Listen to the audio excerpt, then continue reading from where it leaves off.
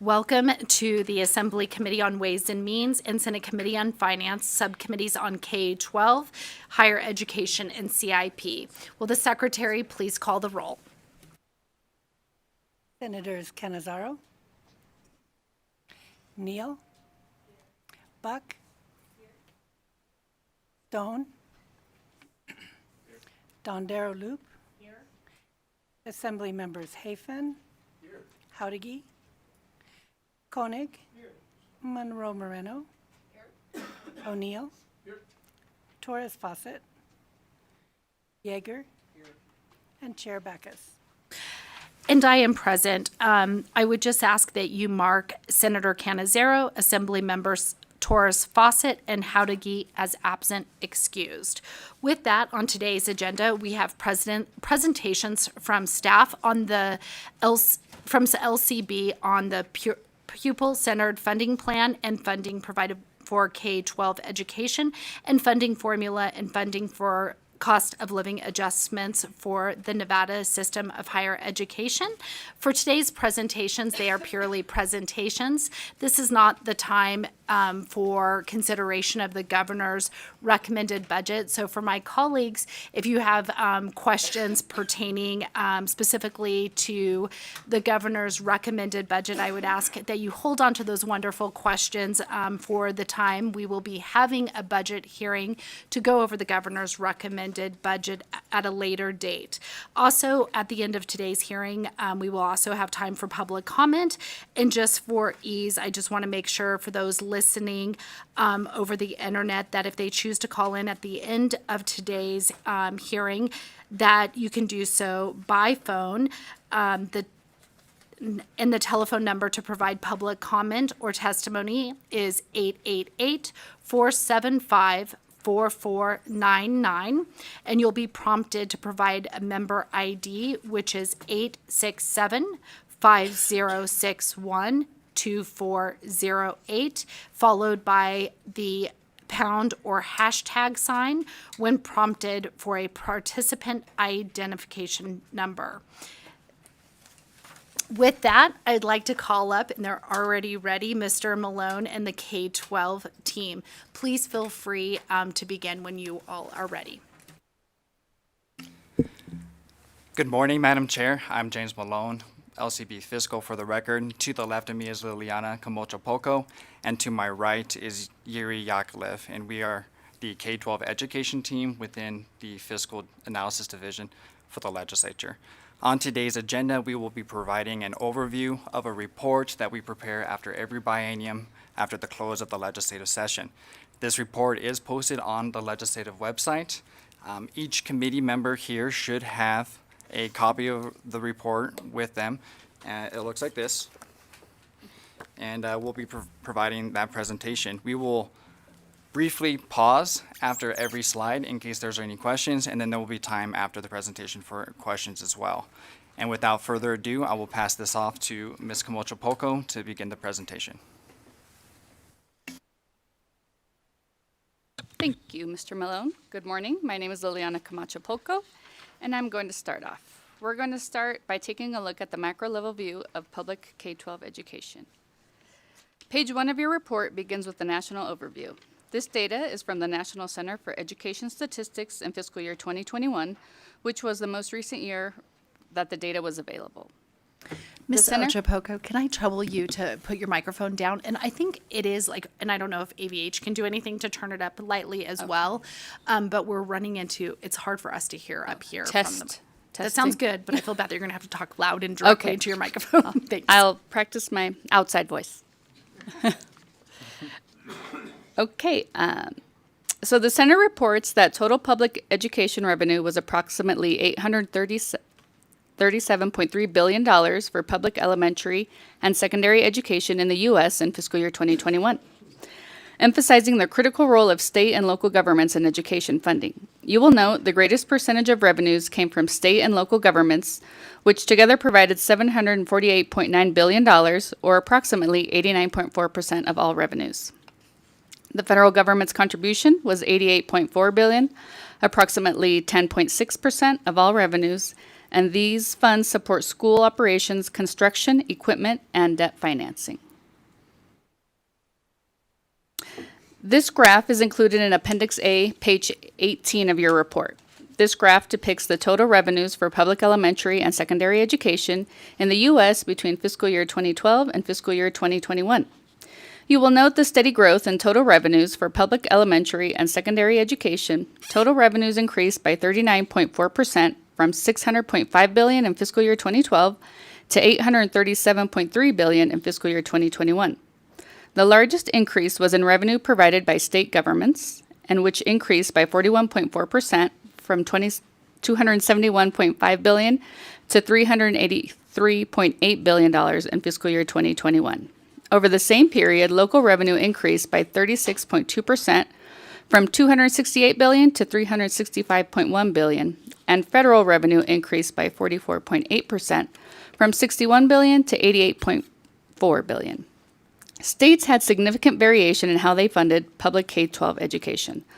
Local funding ranged from 2% in Vermont to 62% in New Hampshire, and state funding varied from 29.8% in Missouri to 87.6% in Vermont.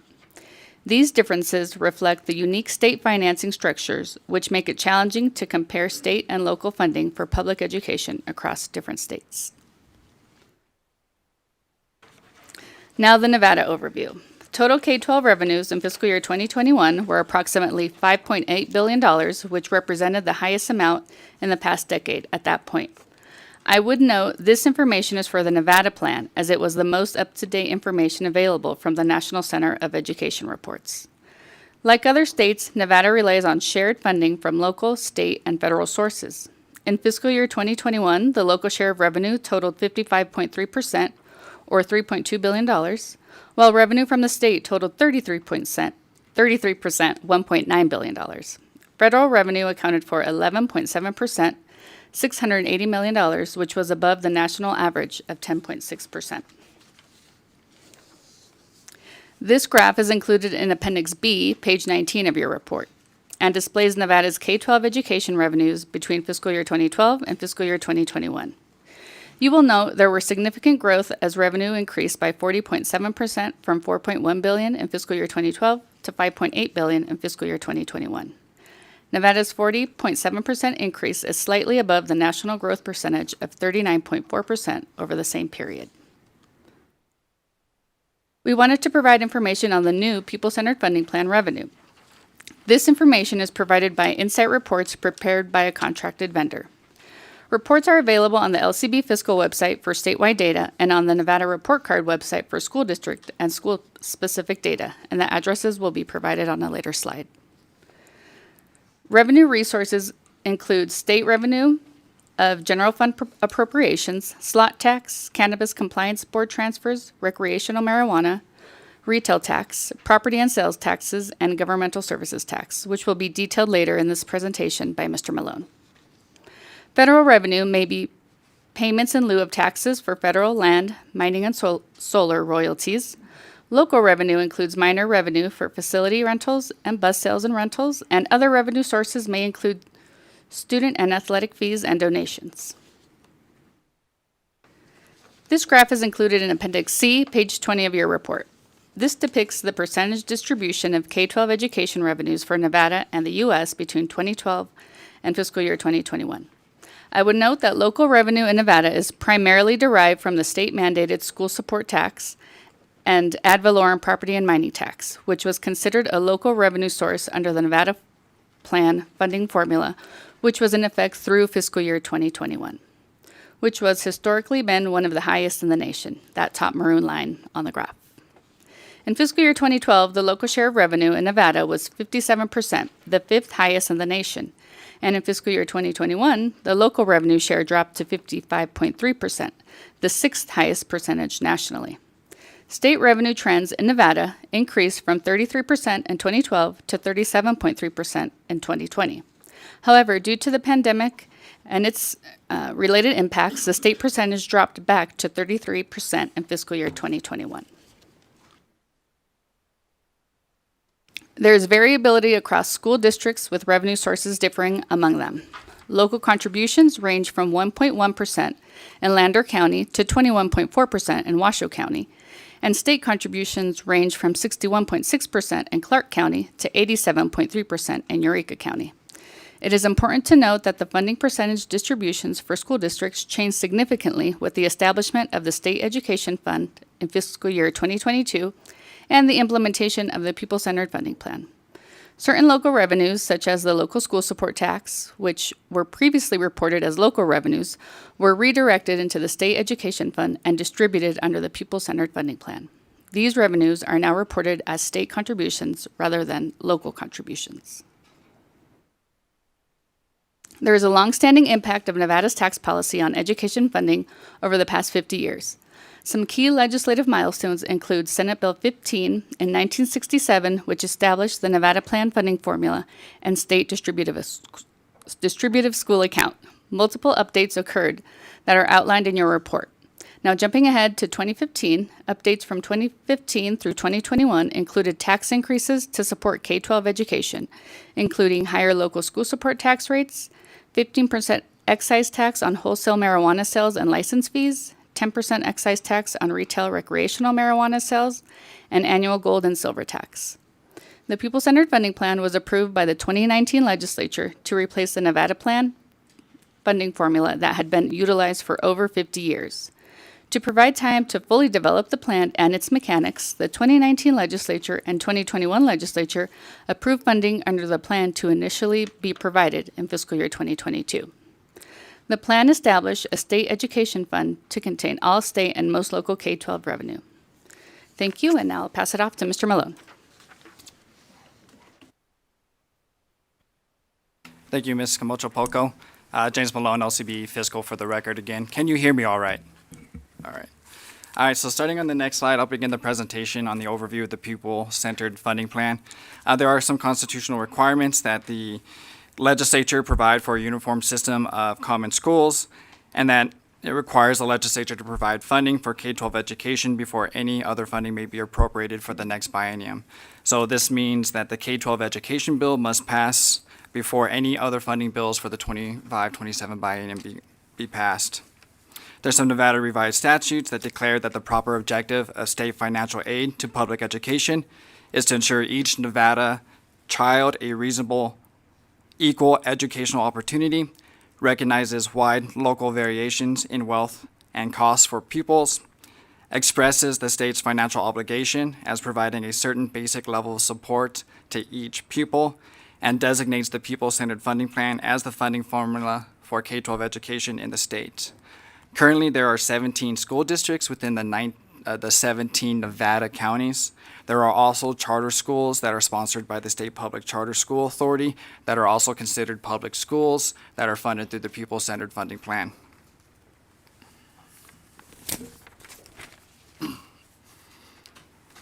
The People-Centered Funding Plan was created by the 2019 legislature through passage and approval of Senate Bill 543. This replaced the Nevada Plan, which was utilized for over 50 years.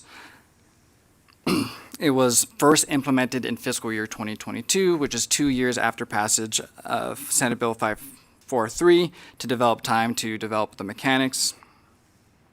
The State Education Fund contains all state and a vast majority of local revenue that was previously provided for K-12 education. This is similar to the Highway Fund, which is a fund created for transportation. The State Education Fund is there for K-12 education. In addition to that, the People-Centered Funding Plan did eliminate some categorical funding. This funding, such as the class size reduction and the read by grade 3, that funding was then rolled into the People-Centered Funding Plan to be distributed to the school districts and to provide them the autonomy to utilize those funds as they determined fit. The plan itself also utilizes a 11-member commission, the Commission on School Funding, and they are to monitor the plan as well as provide guidance, recommend changes, and review various funding amounts in the plan.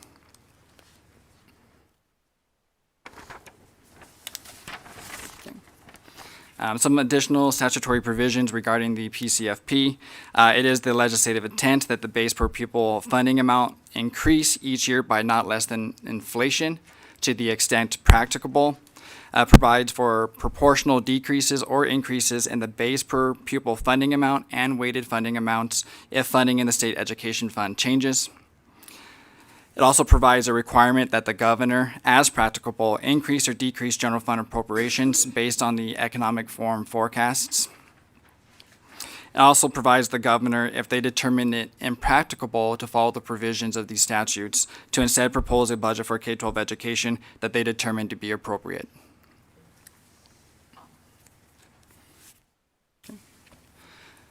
All right, so also within the state education fund, it establishes the education stabilization account, and there is various funding sources for this account. One being the certain ending fund balance transfers from school districts, generally greater than 16.6% of actual expenditures. The other being the remaining balance in the pupil sending funding plan at the end of the budget would be transferred to the education stabilization account to the extent that the transfer does not exceed the 20% cap, and the cap being the total of all appropriations and authorizations for the pupil-centered funding account for the immediately preceding fiscal year. And then lastly, it's a fairly new revenue source is if a local school precinct in a large school district, currently only Clark County School District, does not spend its excess year-end balance, which is over 5% of prior year expenditures, within 24 months from the end of the school year, that large school district must transfer the unspent amount to the state education stabilization account. Now, this change became effective in fiscal year 2025, with any potential transfers occurring for the first time in fiscal year 2027.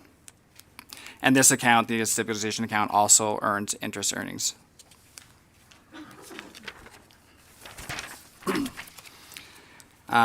On the next slide here, the Education Stabilization Account has 4 allowable uses which must be approved by the Interim Finance Committee.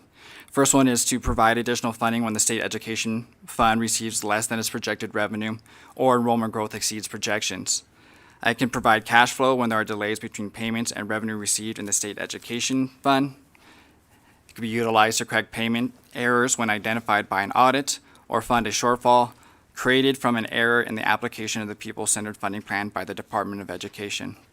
I would like to note that, during the past interim, after the legislative session, the Department of Education did approach the Interim Finance Committee and request that the stabilization account be utilized for cash flow purposes to the PCFP. When they came to that request in fiscal year 2024, they utilized $735.1 million of that balance for cash flow purposes, which had to be repaid back at the end of the fiscal year. And so this is just a note that, having a balance within the stabilization account to assist the pupil-centered funding plan with cash flow purposes is essential. If it is not at a balance high enough, then it would defer to the general fund. And at the close of the 23 legislative session, the remaining balance of the general fund was approximately $390.2 million. So it could strain the resources on the general fund even further if that balance of the education stabilization account continues to decrease. Or if it decreases. My apologies. Okay, moving on. All right, so let's talk about the development of the pupil-centered funding plan model. The first 2 are considered tier services. We consider these tier funding services because these are funding that is budgeted before the adjusted base per pupil is calculated. And so this comes right off the top. And every year, the school districts and the charter schools must submit a report of their expenditures. This is commonly referred to as the 387 reports. And the information in those reports are utilized to develop the costs for these tier expenditures. So the first one being the food service and transportation costs. The other one being local funding to support pupils with disabilities. This is your local special education funding. And I'll talk a little bit more about the mechanics of that further in the presentation. This is just a brief overview there. So once the tier funding is funded, then we move into the base per pupil funding along with various adjustments. And then after that, it is the weighted funding for English learners, at-risk pupils, and gifted and talented pupils. Okay. So as mentioned previously, the pupil-centered funding plan is a revenue-based funding formula that determines the funding that is provided to K-12 education as opposed to projected expenditures. The 2023 legislature approved approximately $5.477 billion in fiscal year 2024 and approximately $5.720 billion in fiscal year 2025. For comparison, the general fund appropriations approved by the 2023 legislature totaled approximately $5.583 billion in fiscal year 2024 and approximately $5.986 billion in fiscal year 2025. And this just illustrates the size of the fund, which nears the revenues of that of the state general fund.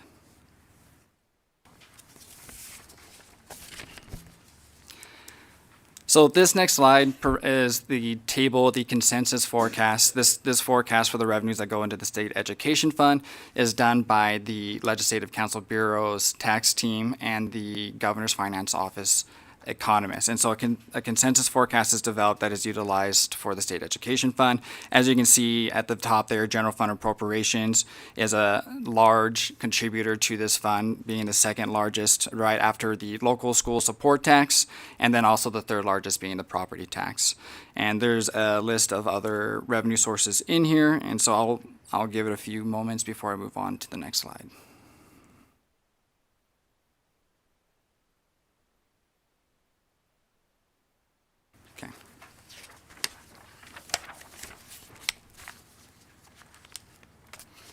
All right, so back to the developments. Let's talk a little bit more about the tiered costs. The first one being the food service and transportation costs. As mentioned earlier, this information is based off the 387 report that are submitted by the school district and the charter schools.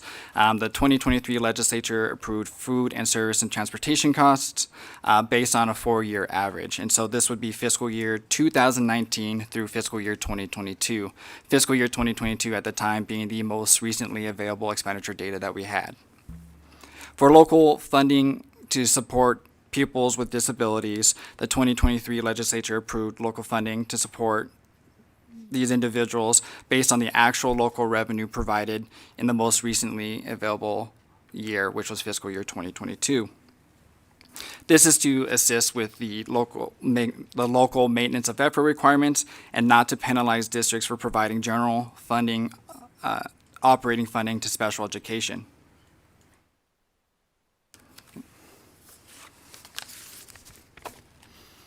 So, after the tier funding is put together utilizing the expenditure data, then the statewide base per pupil funding is determined. And the legislature is required to determine the statewide base per pupil amount. The legislative intent indicates that the base per pupil funding amount should be adjusted each year by the rate of inflation to the extent practicable. And so on the next slide, we will be providing a table that demonstrates how the statewide base per pupil amount is determined. And so you'll note under fiscal year 2024, the amount of $7,074. This was the ending statewide base per pupil amount for fiscal year 2023. And that rolls over into fiscal year 2024 as the baseline statewide base per pupil amount. And then there is an inflationary increase that is provided to that base per pupil amount of 4.52%, which brings us up to $7,394. And then there's this residual funding available. Depending on the availability of revenues within the state education fund, may they be above or below the inflationary increase impact, they may be applied to the base per pupil. In the instance of the 2023 legislative session, there was significant growth in the state education fund that provided for a per pupil amount that exceeded the inflationary increase. And so you'll see there was enough revenue in the state education fund to bring the statewide base per pupil funding up by $1,587 to $8,981. There is a proportional reduction to balance to revenue, and this is needed to balance the model since some of the school districts are still on the 2020 baseline provisions, commonly referred to as the hold harmless, which required additional funding, so an adjustment needed to be made, a minor adjustment. And so that brought the final statewide base per pupil amount to $8,966 in fiscal year 2024. And I'll note that that is the beginning per pupil amount starting in fiscal year 2025, which the same formula applies. The inflationary increase, the residual funding is then applied if there is any available, and then there's the proportional reduction for our final at the end of fiscal year 2025 statewide base per pupil amount of $9,414.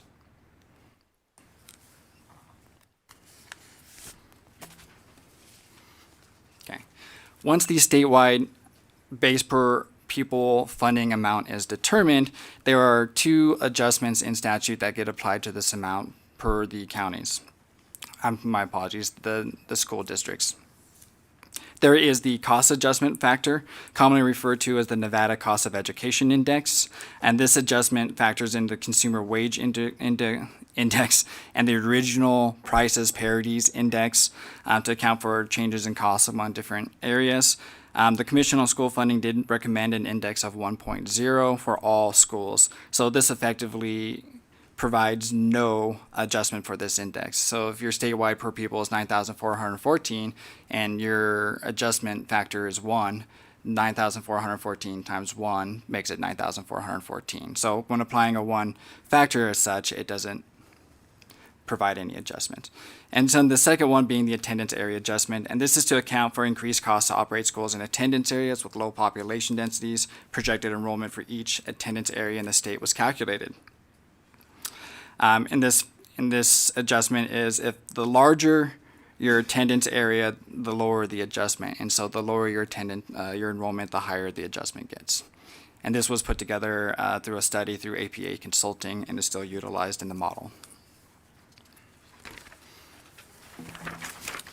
All right, so the next two slides, it's going to demonstrate how this calculation for the adjusted base per pupil is conducted, and it does it by school district, including the university school, which is the Davidson Academy up at the University of Nevada, Reno, as well as charter schools. And so you'll see here we have their projected enrollment and multiplied by the statewide base per pupil amount, inclusive of the proportional reduction. There's an allocation of some remaining funding due to rounding. And then we have the attendance area adjustments, where you'll see in that column there various school districts getting various attendance area adjustments based on their enrollment. And then the Nevada Cost of Education Index, which you're seeing there is no additional funds being provided for that. And as indicated earlier, that is due to the 1.0 factor for that adjustment itself, which leads to the total adjusted base funding amount by each school district, university school, and charter school, and the adjusted base per pupil amount funding, which is there on the far right, which is included at the end in the K12 education bill. And so the next slide essentially demonstrates that same calculation, if you don't mind, just for fiscal year 2025, and we'll bring it over to the same levels here in the right. I will note, and I think I should need to correct that there were 3 school districts that were still on the 2020 baseline provisions, where the calculated adjusted base per pupil amount on the far right did not meet the 2020 amount per pupil, and that would have been Esmeralda County, Eureka County, and Story County school districts. All right, and I think with that, I'm going to go ahead and pass this off to my colleague, Mr. Yakovlev, and he's going to discuss weighted funding. Thank you. Good morning, Yuri Yakovlev for the record. Picking up on slide 24, additional weighted funding is provided for English learners, at-risk pupils, and gifted and talented pupils, each of which has a specific multiplier attached to it, which will be noted on the next slide. That multiplier is applied to the base per pupil amount to calculate the additional per pupil weighted funding amount. If a pupil identifies with more than one weight, they receive the weight with the highest multiplier. Additionally, special education pupils receive a higher level of funding from the state special education program, which is outside of the PCFP. As such, special education pupils are excluded from the count of these other weights. I would also note that statute requires both base per pupil funding and weighted funding to be increased or decreased proportionally with the funding available in the state education fund. Slide. This table presents the 3 weights, the amount of funding provided per weight in each year of the 2023-25 biennium, the number of pupils, average amount per pupil, and the associated multiplier I had previously mentioned.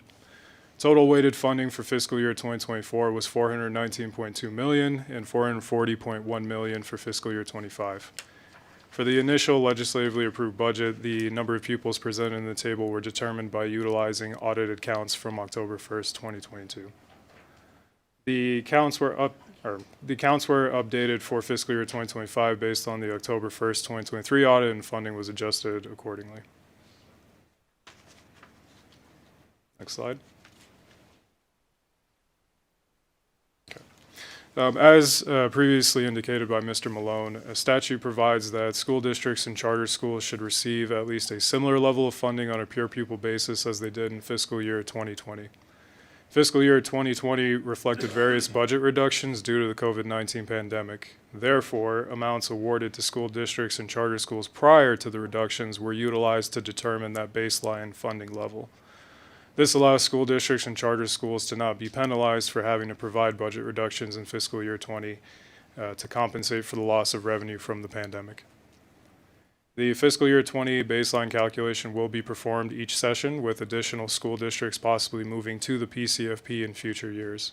Once a school district is on the PCFP, they cannot go back to the fiscal year 20 baseline. For the 2023-25 biennium, as previously mentioned by Mr. Malone, 3 school districts, which are noted on the slide, were still provided with the fiscal year 20 baseline funding because they would have received less than the baseline if they were on the PCFP. And finally, since the fiscal year 20 baseline amounts were used to calculate the amount of funding for those school districts, the expenditures in the model exceeded revenue. Therefore, to balance the model, all amounts were proportionally reduced to align expenditures with available revenue, which is a methodology pursuant to statute. Next slide. This table provides the total fiscal year 2024 funding approved per school district, charter schools in totality, and the university school for profoundly gifted pupils through the pupil-centered funding plan. As you can see, the table provides the adjusted base funding, weighted funding, and tier funding for transportation, food services, and local special education. And I'll give you a second to look that over.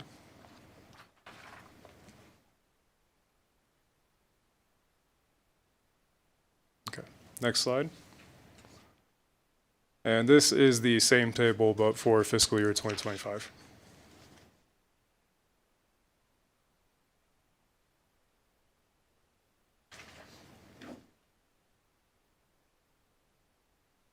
Okay, next slide. As previously indicated, funding is provided by the state for pupils with disabilities. This funding is capped to 13% of total enrollment for a school district or charter school.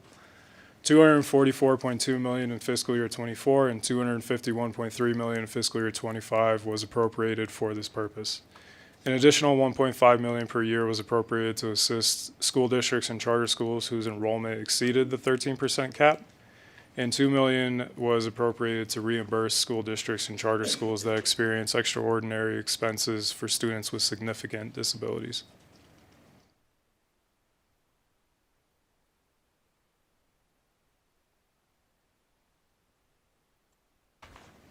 Next slide. This slide provides some of the categorical K12 programs funded outside of the PCFP. Historically, there have been many more categorical programs in the state, but the number was reduced during the 2021 legislative session, with many programs being folded into the PCFP. School districts and charter schools may now utilize the base funding they receive to continue some of those former categorical programs or use the funding as they see fit. As I mentioned, these are distributed separately from the PCFP formula funding. It can be targeted funding for specific programs like educator scholarships or student populations like special education pupils. And the funding must be expended for their intended purposes. The funding may be allocated on a competitive or non-competitive grant basis, requires school districts and charter schools to submit applications, monitor funded activities, and submit expenditure and performance reports to the Nevada Department of Education.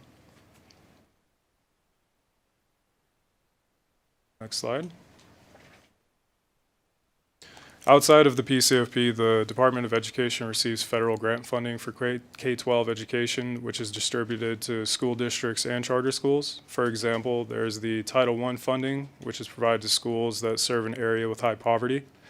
IDEA, the Individuals with Disabilities Education Act funding, is provided largely for special education services. The Perkins grant funding is provided for career and technical education programs.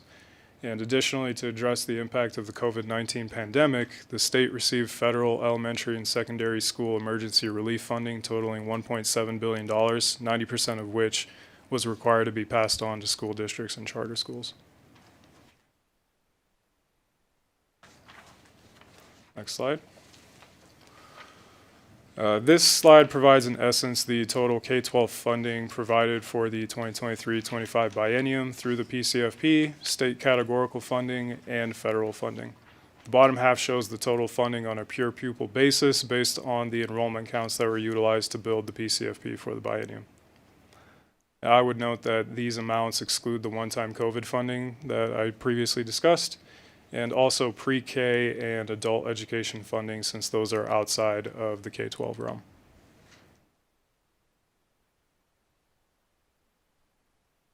Next slide.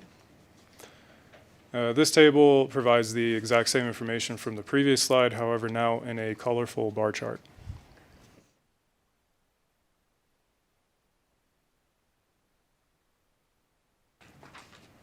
Okay. This slide provides relevant links for your reference, such as the Department of Education and State Public Charter School Authority websites, and a link to the K-12 funding bill that was passed last session. Next slide. And then finally, we have the contact information for the illustrious K-12 team at LCB Fiscal. That is all that we had, and we're available for any questions. Thank you. Thank you so much for your presentation and kind of walking us through, like, last legislative session, what we did. Members, anyone have any questions for our staff? I'll start with Speaker Yeager.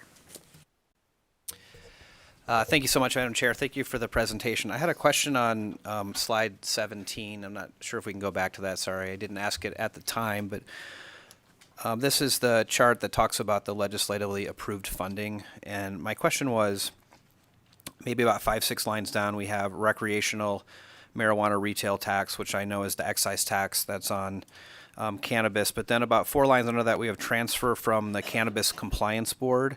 And I just wondered if you could shed some light on what the transfer from the Cannabis Compliance Board, what monies that is, or what transfer that would be, because I take it it's not the retail tax on actual cannabis purchases. Through you, Madam Chair, to the Speaker. James Malone, LCB Fiscal, for the record. Yeah, so the recreational marijuana retail tax is the 10% retail tax. And so the transfer from the Cannabis Compliance Board is a 15% wholesale tax on those revenues, plus license and fees for wholesale providers of marijuana products. These first fund the Cannabis Compliance Board operations, and then whatever in excess of that then gets transferred to the State Education Fund. Thank you so much, and please feel free to go directly to the members. I just had a couple questions, and my questions are actually for Mr. Yoklev. Probably destroyed your name, and I apologize for that. And I'm looking at page 27 and 28, and it's just something I can't remember. When we're, for example, it's going to focus on Tier 1 funding, and this was for the transportation and food services. Unlike the per pupil centered funding formula where it's like proportionally allocated, how are these funds like allocated to each of the counties? Yuri Yakovlev, for the record. The amounts are determined based on a 4-year average of actual expenditures. Thank you so much. And then on a follow-up question, and this may be specific and something I'm trying to figure out, is on our special education funding. And that goes to, obviously, the whole goal is everything's going to a per pupil amount. When we're doing our special education funding, are we looking at the count from the prior year to ascertain the number of pupils to kind of flow down to the school districts? I'm just kind of trying to wrap my head around where that final like number comes from for the number of students that would be subject to receiving special education funding.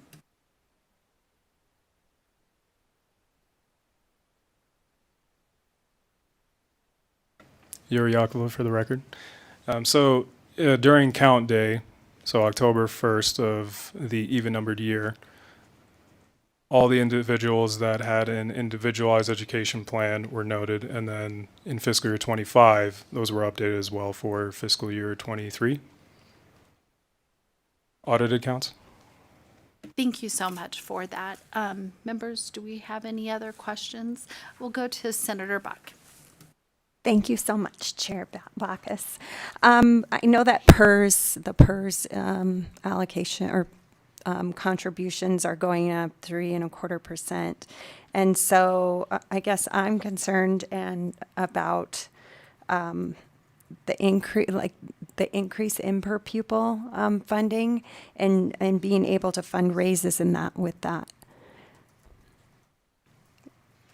James just- Malone, Just wanted to interrupt, and it's fine if you guys want to give a perspective with how PERS is going, but any specifics like with respect to GovRec increasing PERS, that's something we would be dealing with in a budget hearing. So unless staff has like a high level explanation of how it works with the per pupil center funding formula, feel free to. yes, I won't speak to the PERS increase, but I will speak to the funding formula and how it's allocated to the school districts. And so when it comes to salaries at the local level, those are typically done at the school district level where there's collective bargaining processes, and that is determined there. So whatever is allocated to the school districts, either they have to utilize their weighted funding or their per pupil funding to fund those salaries or whatever is negotiated at that level.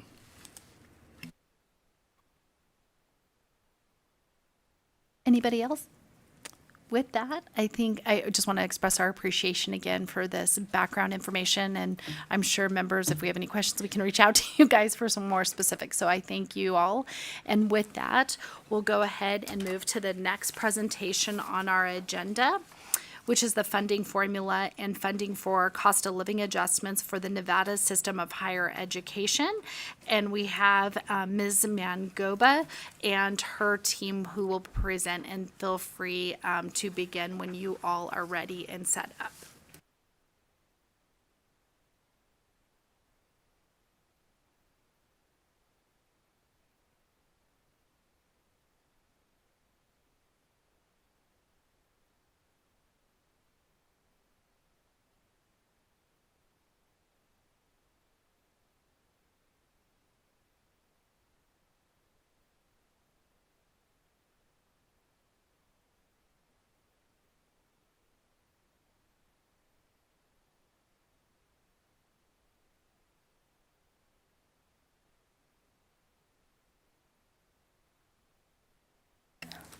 Good morning, Madam Chair and members of the subcommittee.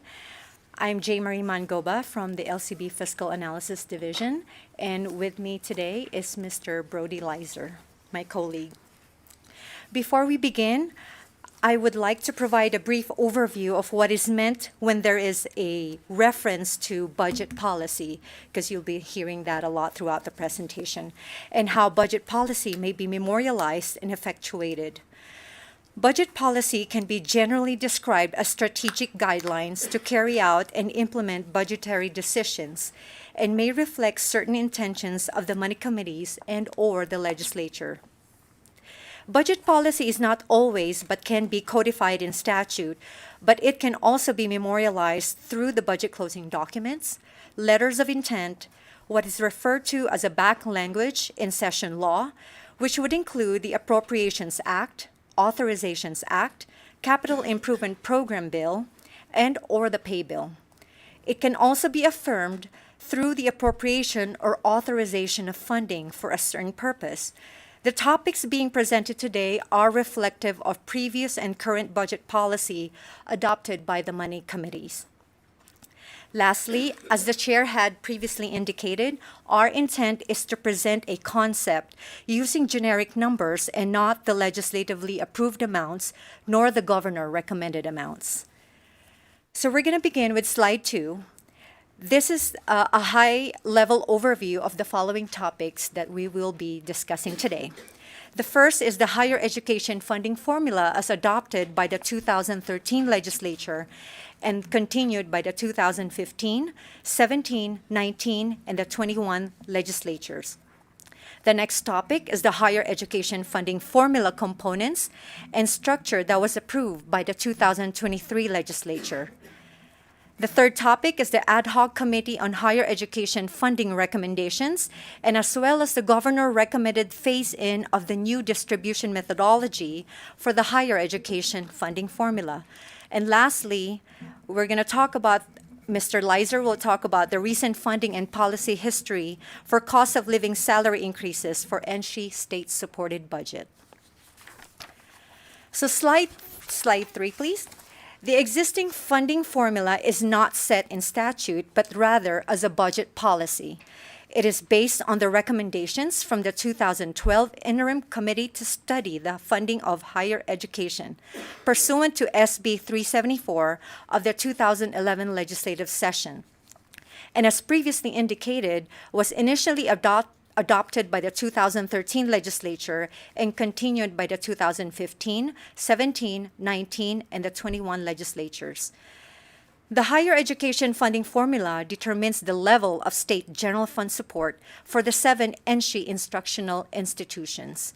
Non-general fund revenues are not included within the funding formula, but are accounted and budgeted for within the state-supported budgets. And student fee and non-resident tuition fee revenues do not offset general fund support. There are 3 main components of the funding formula. The first major component, which is the weighted student credit hour, which I will refer to as the WSCH. The WSCH is based upon student course completion by Nevada residents that are weighted based on relative course of instruction by discipline and course level. The WSCH for non-resident students are excluded, and F grades for non-attendance or effort do not generate a WSCH. The WSCH value is uniform across all institutions and is calculated as an output value of the funding formula.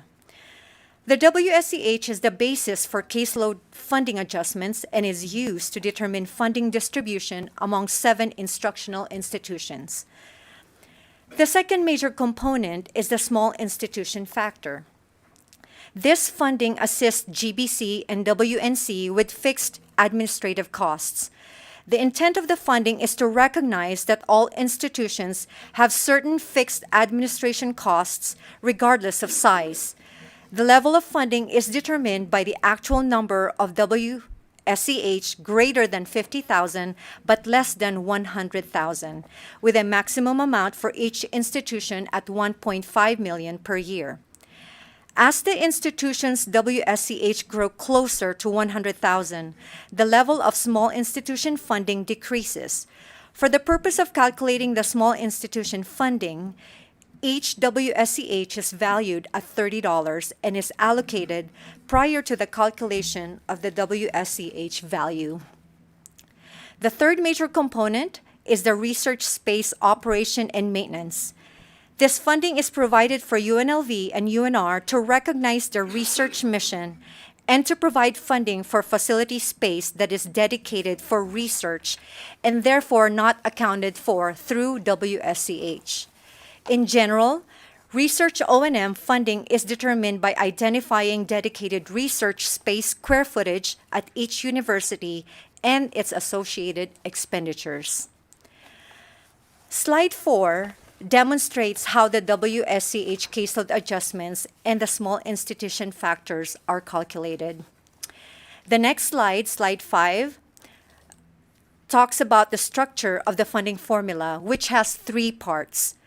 The first part is the funding formula is built with a calculation of the base, maintenance, and enhancement decision units to determine the total general fund appropriations for each of the 7 instructional institutions. This process starts with calculating the adjusted base budget, which is consistent with the calculation used by state agencies and is based on the legislatively approved odd number year funding levels. The maintenance decision units in the funding formula include, but are not limited to, inflation adjustments, fringe adjustments, and caseload adjustments. Enhancement decision units in the funding formula are additional funding recommendations which may be institution-specific. The second part is the formula distribution. A main component of the funding formula is the distribution of the available general fund appropriations amongst each of the 7 instructional institutions based on their proportionate share of the WSCH. Budget policy decisions determine which components of the funding will be carved out or allocated prior to the distribution of remaining available general funds through the formula based upon each institution's proportionate share of the WSCH. Examples of pre-formula allocations or carve-outs include the small institution factor and the research operations and maintenance funding for the 2 R1 universities. The last piece is the performance funding pool. The existing budget policy includes a performance funding component, which sets aside 20% of the total general fund appropriations for each of the 7 instructional formula budgets and is earned back by the institution if certain performance metrics or goals are met. Slide 6 provides a visual representation of how the funding formula works. As previously indicated, this slide is presented to the committee to provide a concept of the funding formula using generic numbers. The numbers on these slides do not represent the legislatively approved amounts. It starts with calculating the total general funds as shown on the first table by adding the adjusted base, maintenance, and enhancements totaling $15 million. The second step, as shown on Table 2, subtracts the pre-formula allocation or carve-out totaling $2 million, resulting in available general funds of $13 million, which is divided by the total WSCH of $80,000, resulting in a WSCH value of $162.50. Table 3 on Slide 6 shows the WSCH value being multiplied with the WSCH from each of the instructional institution, and carve-outs are added back, arriving at the total general fund amount of $15 million. The third step is to set aside 20% of that total general fund appropriations from each of the institution for the performance funding pool. I will just note the difference between the total general funds for each institution under the base maintenance and enhancement on Table 1 versus the total general funds that each institution receives following the formula distribution as shown on Table 3. I have provided a visual representation of this difference on Slide 8. Slide 7 shows the distribution component of the higher education funding formula, or a more detailed information of Table 2 of the previous slide that I just mentioned, to reflect that each institution receives funding based on its proportionate share of the WSCH. Next slide is Slide 8, and as I previously have indicated, this slide provides a comparison of the total general funds by institution under the base maintenance and enhancement versus the post-formula distribution impact. We just want to present this to you in a pie chart with colors. Slide 9. The 2023 legislature approved to suspend the distribution component of the higher education funding formula and allocate the general fund appropriations to each of the 7 NSHE instructional institutions using the traditional base, maintenance, and enhancement decision unit for the 2023-25 biennium. The 2023 legislature further approved to set aside 20% of the total general fund appropriations for each of the 7 instructional formula budgets. The table on Slide 9 provides a visual representation of the current funding formula approved by the 2023 legislature. Slide 10 talks about the governor's higher education funding formula recommendations. The 2023 legislature, through Assembly Bill 493, appropriated $2 million from the State General Fund to NSHE for an interim study of the higher education funding formula. The NSHE board, at its September 6, 2024 meeting, adopted the recommendations submitted by the committee. Some of the recommendations pertaining to the new higher education funding formula include the following. Increase the small institution factor from $30 to $40 per WSCH and continue to adjust for inflation in future years using the Higher Education Price Index. They also included an increase to the small institution funding cap from 100,000 WSCH to 125,000. The next one is allocate 75% of available general fund appropriations through the new distribution methodology based on each institution's WSCH count for each year of measure on a 3-year average or the prior year, whichever is greater.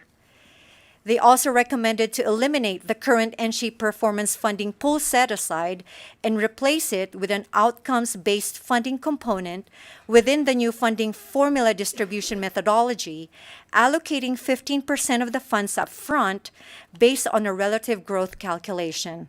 And lastly, they recommended to allocate 10% of the general fund appropriations through the new distribution methodology based on the 3 following characteristics.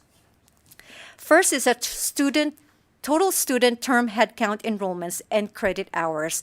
This would include non-resident students and part-time students. They also included underrepresented minority student headcount enrollments and credit hours. And lastly, the Pell eligible student headcount enrollments and credit hours.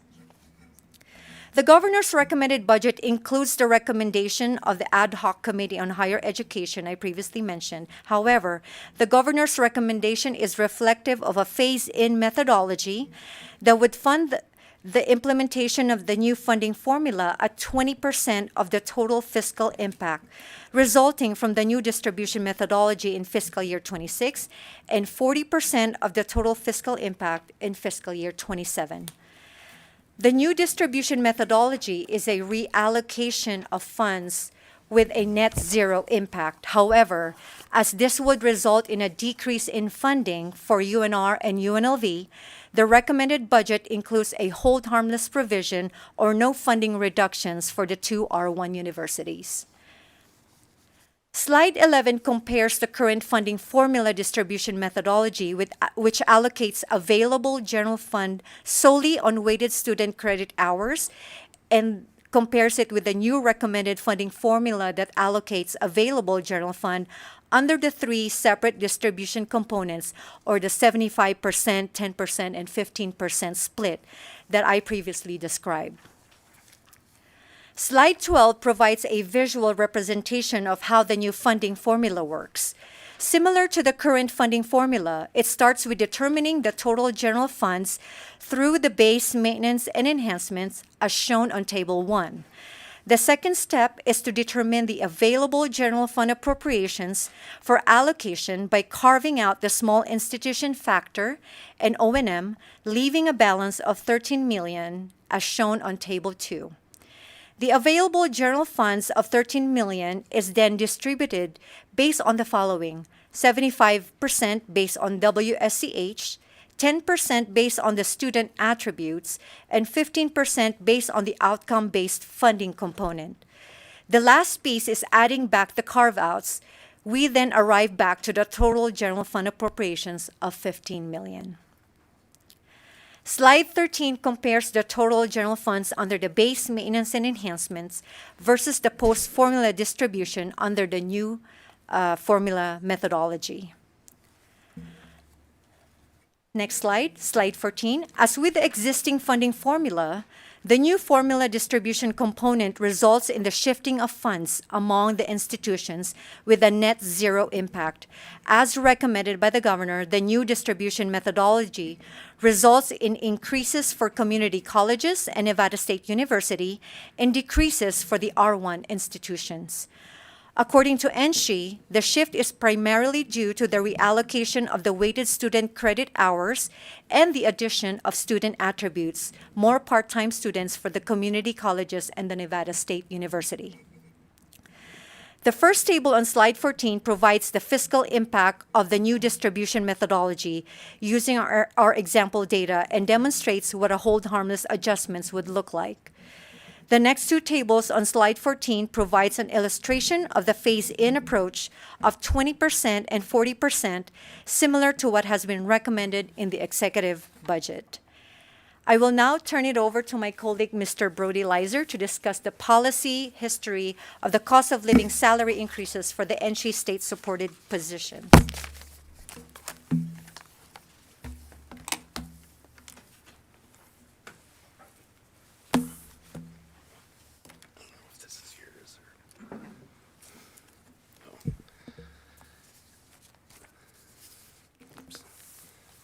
Sorry, I just have to get organized here. I apologize for the record. It's been a long first 2 months of session. For the record, Brody Leiser with the Fiscal Analysis Division. I appreciate the opportunity to come before this joint subcommittee to provide a little bit of information and some history about the policy considerations and how the COLA funding has been appropriated and the policies that have been adopted through the legislative body. I understand that not every member that is sitting on this joint subcommittee and or on the money committees themselves have been around. I'm going to go back as far as 1999, and so we're going to have some discussions around that. And so I think it's just a great opportunity to be able, as your staff, to provide you all with some information and some history, and then also to provide that information for anyone that is interested and as well may not have been around throughout that time.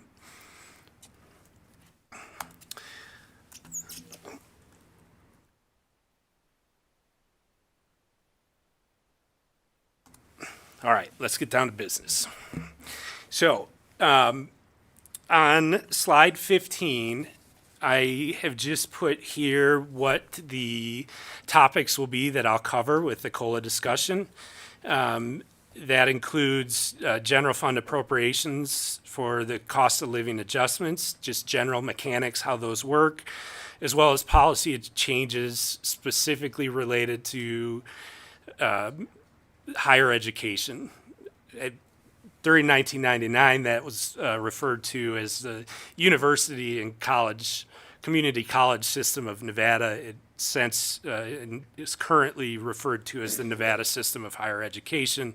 I will talk specifically about the budget policy for COLAs prior to the 2019 session, what happened during the 2019 session, and the budget policy that followed that legislative session.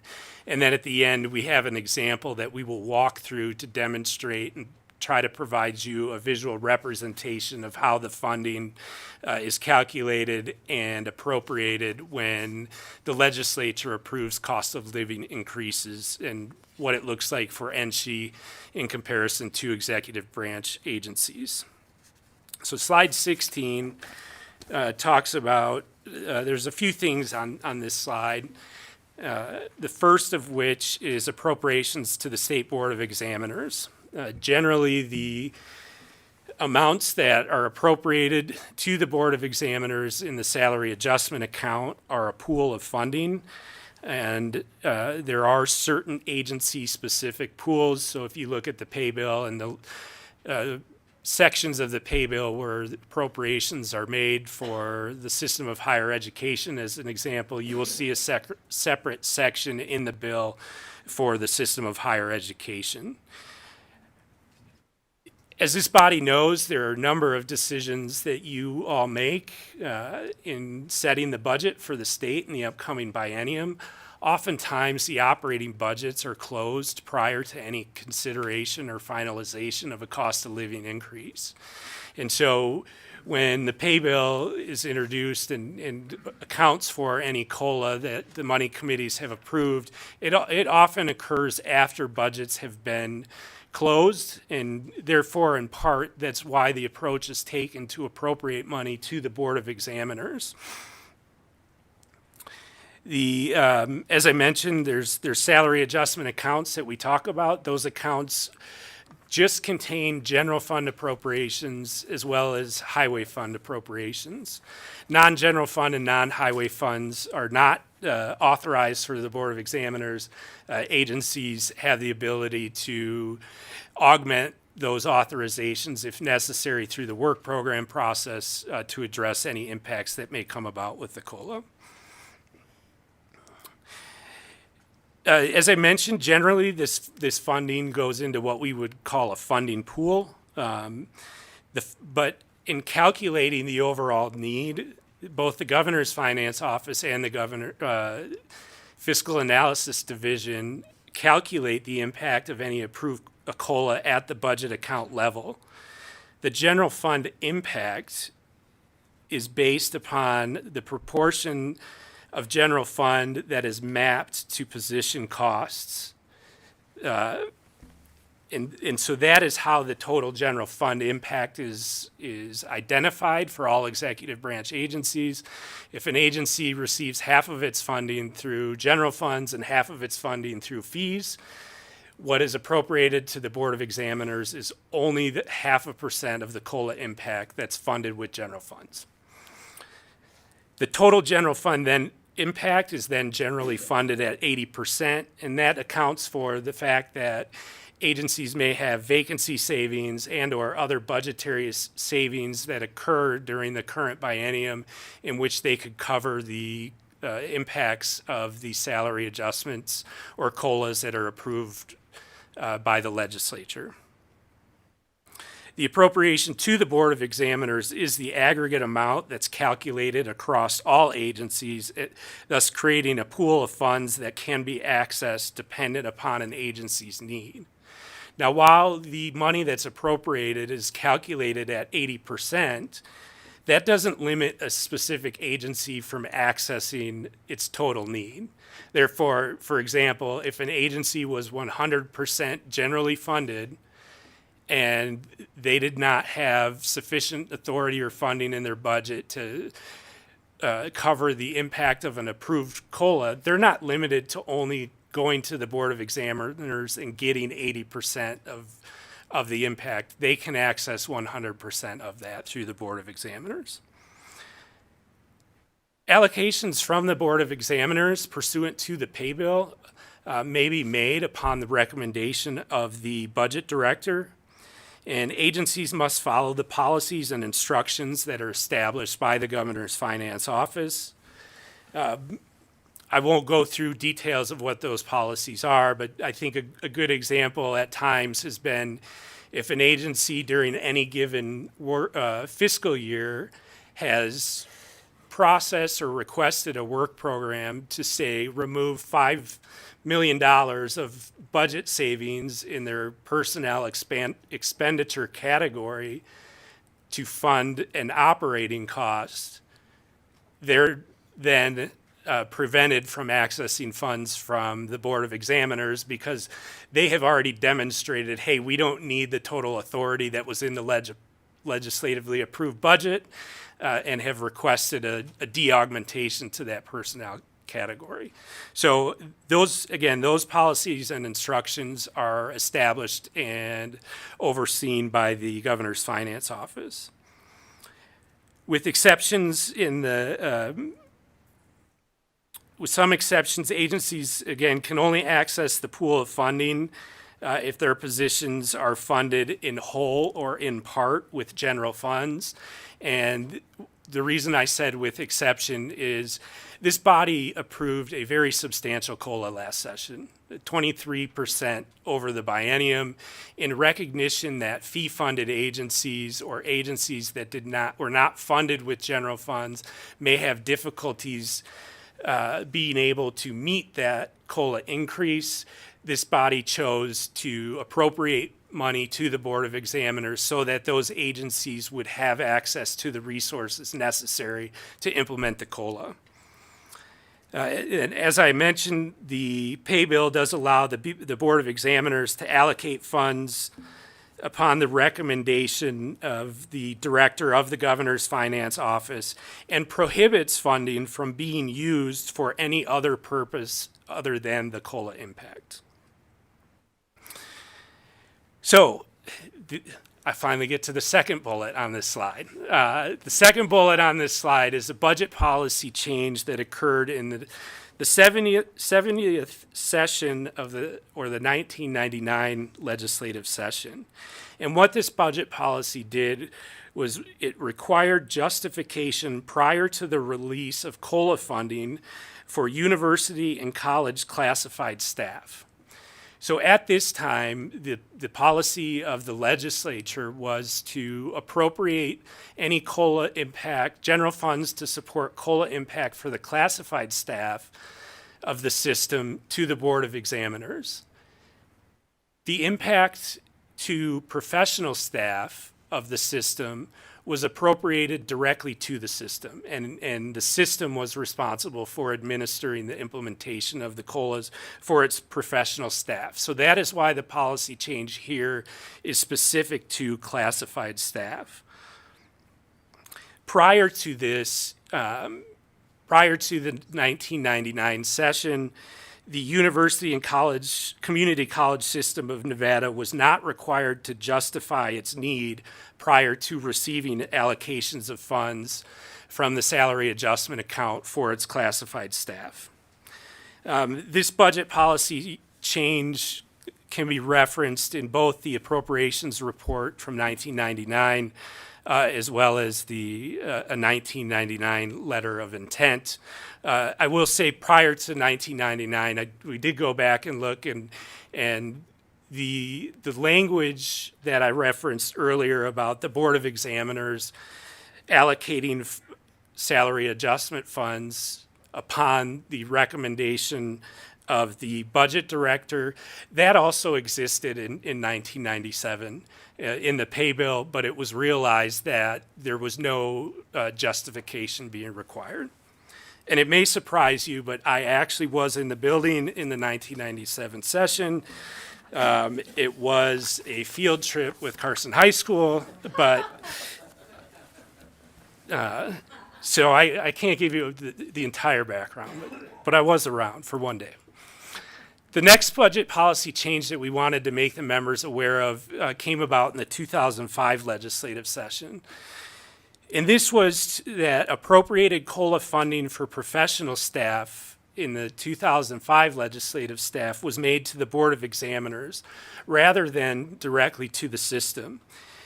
The appropriated funding was still calculated at 80% of the full COLA cost, but being part of the Board of Examiners salary adjustment account funding, the policy would allow an institution to access up to 100% of the need for professional positions if justified, whereas the appropriation, again, was only based upon 80%. Again, the source that this information can be seen is 2005 appropriations report and the 2005 pay bill.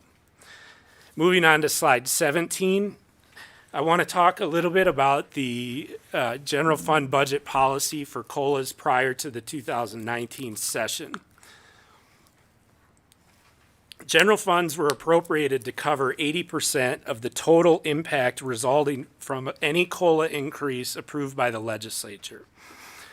In other words, the general fund covered the COLA impact, which was similar to other salary increases for the system of higher education prior to the recession, similar to professional merit, which we are not going to talk about professional merit today, but it was consistent with that policy. Now, this policy dates back to at least the early 2000s. If you would like your fiscal staff to do further research on that, we certainly are happy to do so. We just had limited time trying to prepare for today's presentation. The last bullet on this slide references the funding formula prior to the implementation of the current formula structure and the budgeting of student-derived revenues as an offset to general funds. So you may recall Ms. Mangoba just talked about the implementation of the formula that was first adopted by the 2013 legislative session. A big component of that, the recommendation that came out of the interim committee and policy that was approved by the money committees, was that non-general funds, in other words, student-derived revenues, would no longer offset the budgeting or general fund need to support the system.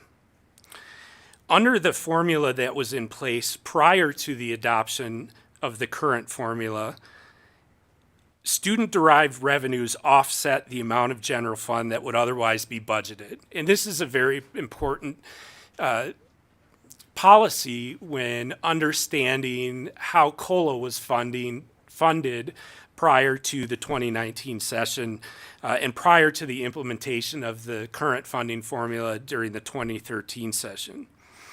At a very high level, I'm not going to go through the details of how that prior funding formula worked, but at a very high level, the prior formula was a need-based formula or expenditure-driven, and it was generally driven by enrollment projections that then had a downstream impact to calculations of what the funding need was to support various functional areas within the system. The instructional functional areas, student support services, operations, and maintenance. Registration fees and non-resident tuition were projected and budgeted for within the state-supported instructional budgets. In other words, 100% of the projected student fees were accounted for within the budgets, and they were coupled together with the general funds. Under that policy, if actual student-derived revenues exceeded the budgeted authority, with limited exceptions, institutions were allowed to retain those fees let me start that over. If actual student-derived revenues exceeded the budgeted authority of those revenue sources with limited exceptions, institutions were allowed to retain those additional fee collections, but they were required to revert an equal amount of general fund. The limited exceptions were if the increases in registration fees were a direct result of growth in enrollment beyond projections, and the institutions were required to hire part-time faculty, they could use the additional revenue to support those part-time faculty. As noted earlier, COLAs are oftentimes considered after the operating budgets are already closed. Recognizing that 100% of the projected student-derived revenues were accounted for in the budget was a consideration in the policy to fund any COLAs solely with general fund appropriations. With the implementation of the current funding formula, the 2013 legislature adopted a policy as recommended by the SB 374 Study Committee's recommendation that non-general fund revenues should not offset the amount of general fund that would otherwise be budgeted, but that student-derived revenues should still be budgeted within the state-supported budget. So that policy essentially decoupled, separated the student-derived revenues from the general fund, but the money committee's approved policy that was also approved by the legislature was that the institutions were still required to budget for a portion of the registration fees collected, as well as 100% of the non-resident tuition that is collected by the institutions. Under this new policy, institutions are no longer subject to the reversion of general funds as a result of actual fees, non-resident tuition exceeding budgeted authority for any reason. The policy was further revised in 2015 that allowed institutions to expend student-derived revenues that exceeded budgetary authority for any purpose without IFC approval, with a reporting requirement back to the body as to how those fees were actually expended. In other words, if an institution's non-resident tuition or registration fees exceeded the legislatively approved authority by $1 million, they could work with the governor's finance office to process a work program. That work program is not required to go to the IFC for approval, and they have the authority to expend those fees based upon the institution's need, and the institutions provide reporting back through your fiscal staff. Do those go to the IFC? I can't remember if those go to the IFC or they go to this body. I'm pretty confident they go to the Interim Finance Committee, but we will confirm that. And those reports would be presented as informational items on Interim Finance Committee agenda when they are submitted. So these policies were all important in so much as the institutions have not fund mapped their expenditures, and we'll talk a little bit about that as well, Under the prior funding formula, as I mentioned, student fees and general funds were coupled together, and the institutions and the system of higher education did not fund map its expenditures. In other words, it did not identify how much its position-related salary costs are funded with general fund versus student fees, and the same for operating costs. When the funding formula policy changed that really decoupled the student fees from the general fund, there started to be discussions, again, through the money committees and through this body about how expenditures are fund mapped by the institutions. And it has been the understanding of this body, based on testimony from the system of higher education, is that without fund maps, all expenditures can be generally considered to be funded in the same proportion of the funding sources. In other words, if one institution is funded with 65% general funds and 35% student-derived revenues, that is how the expenditures are supported, including salary costs. With that, we'll move on to slide 18. And this slide talks about the actual budget policy of the NSHE COLAs following the 2019 session. So the budget policy change, I'm going to address what occurred in the 2019 session. That is when the policy changed. It shifted the funding policy for the COLA impacts for the Nevada system of higher education from 80% of total COLA impact to rather be based on 100% of the proportionate share of the COLA impact that is equal to the proportion of general fund to total revenues system-wide. And I'm going to give you a lot of information, as I already have, and I tend to babble, but we do have a slide at the end where I'm going to show you how these policies have changed and what it actually looks like with numbers. But we will get to that. That's, I think, the last slide in the slide deck. But what occurred in the 2019, this is what has been referred to as the approximate 65% funding for COLA. I believe that there's a misunderstanding and a mischaracterization about what the 2019 legislature approved, and that the misunderstanding relates to amounts that were included in the executive budget at the time and were recommended for consideration by this body, by the legislature. And we hope that today's discussion will provide some context around what had happened in 2019. To be absolutely clear for this body and for the record, the amounts that were appropriated in Assembly Bill 542 by the 2019 legislature to support the COLA impact for the Nevada system of higher education reflected the intent of the legislative body and recognized that there was a share in cost between the state, the system of higher education, and its institutions. The COLA funding that was appropriated in the pay bill, Assembly Bill 542, reflected a proportionate share of the NSHE salary costs between the general fund and non-general fund revenue sources, applying a budget funding policy generally consistent with other state agencies. In total, about $25.5 million was appropriated to the Board of Examiners to support the general fund proportionate share of COLAs for the system of higher education. The total impact to the system was about $40 million. And that was a 3% COLA at the time that was approved in the first year of the biennium. The $25.5 million represented about 64% of the total COLA impact for the system.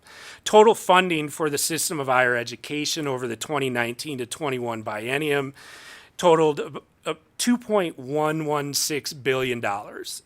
Of that, general fund appropriations, not including the appropriated amount to the BOE for COLAs, was $1.38 billion. approximately 65% of the total funding for the system. I'm going to be very straightforward with this body. I cannot point you to meeting minutes from the 2019 session where this shift in policy occurred. I cannot point this body to a closing document where this policy change shifted. And I cannot point you to meeting minutes from the pay bill hearing that will reflect a discussion about this policy. What I can point you to is the appropriations report that your fiscal staff compiles following a legislative session. That appropriations report is a great source of information to memorialize all of the decisions that this body makes during a legislative session relating to revenues and relating to the legislatively approved budget and how that budget has been funded and the various funding decisions that are made. We all recognize, and I will state this, that there is a tremendous benefit to having a budget policy and policy change discussions during budget hearings, during budget closings and/or bill hearings, as well as memorializing any policy changes through the avenues that are available. As Ms. Mangoba referenced, we have letters of intent, back language in bills.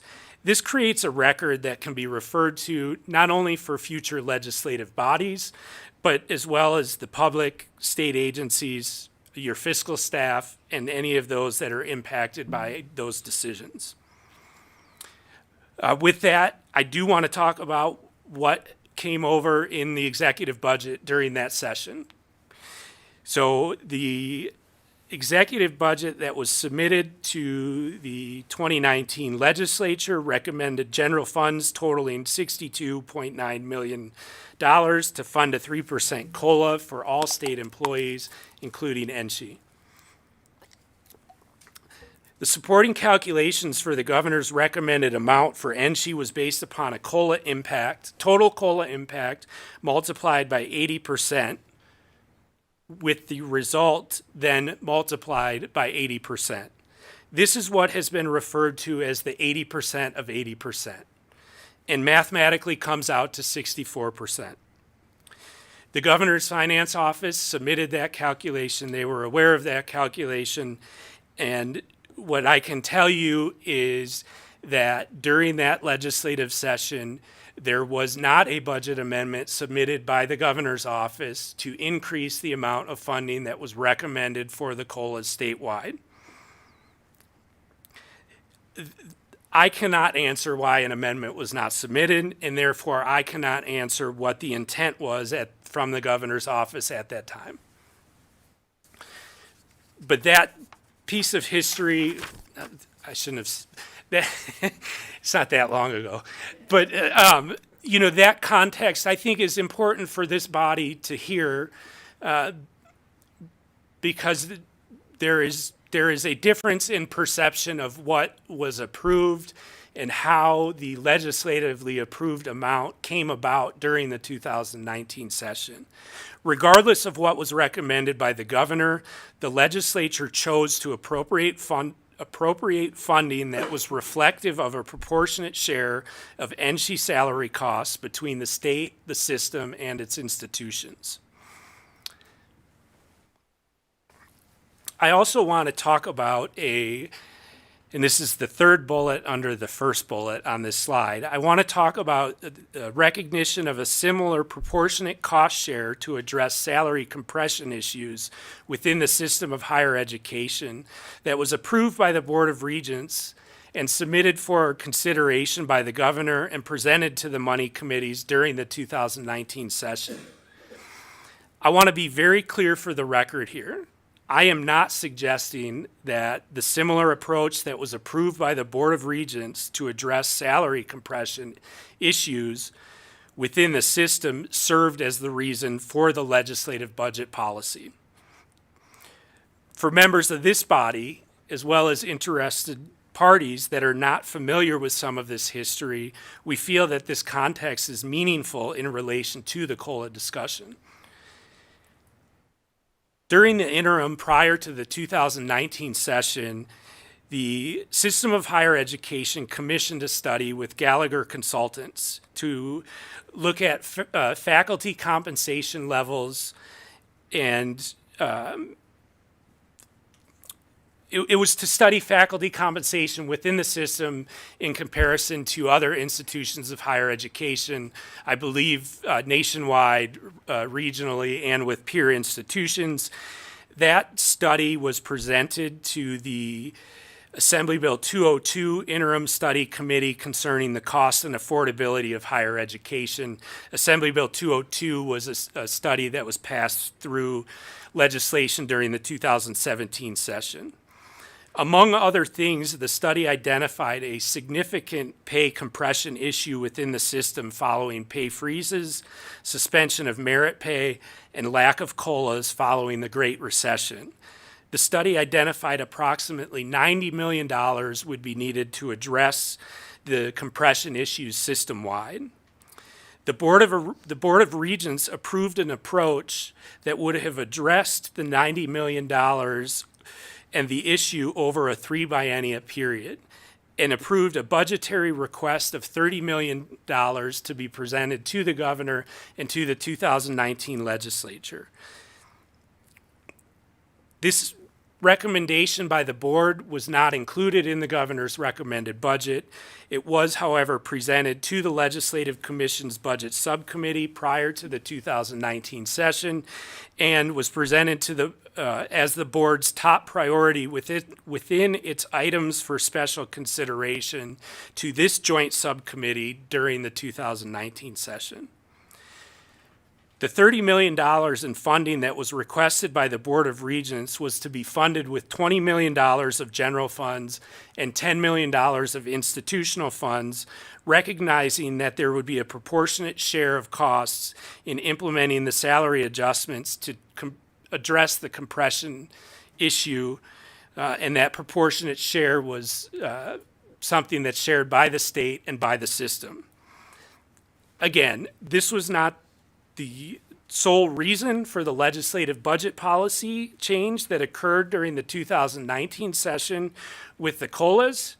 However, I do feel that it's important for members of this body to know that there was a recognition at this time by both the Board of Regents in its request for funding to address salary compression issues and by the legislative body in approving COLA funding that there is a shared cost structure between the state, the system, and its institutions. Finally, on this slide, the last bullet just is a reference that the budget policy that was initially adopted by the 2019 legislature was continued by the 2021 and 23 legislative sessions. As I testified to earlier, there is a benefit to having a budget policy and policy change discussions during budget closings, budget hearings, as well as memorializing those policy changes through the avenues that are available. This was done, and there was a discussion presented during the subcommittee closing of the higher education budgets during the 2021 session, as well as language that was included in the pay bill language for the 2023 legislative session.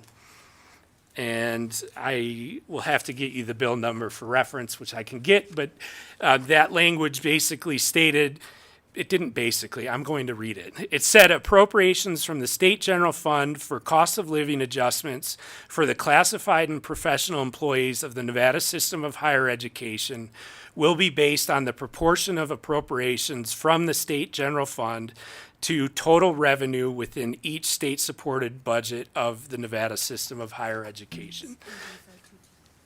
Assembly Bill 522. Thank you, Jay.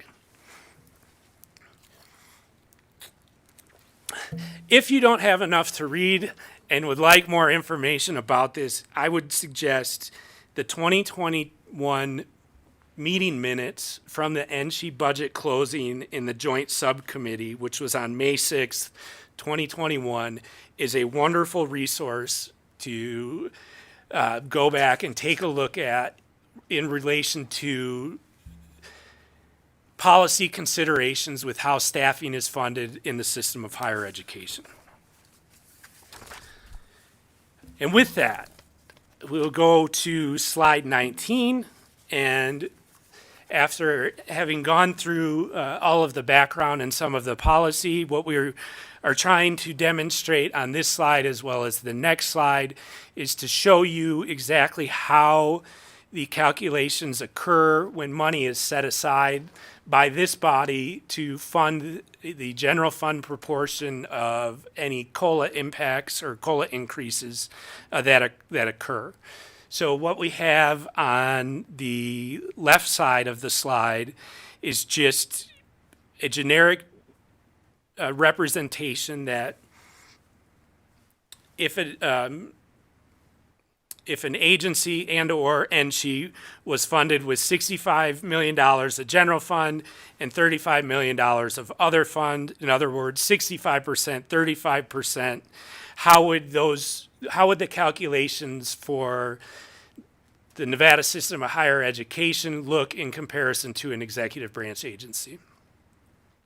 Taking a total COLA impact of $1 million, if you look at the right side of this slide, under the policy from fiscal year 2019 and prior, the entire COLA impact for NSHE was used and 80% of that impact was funded.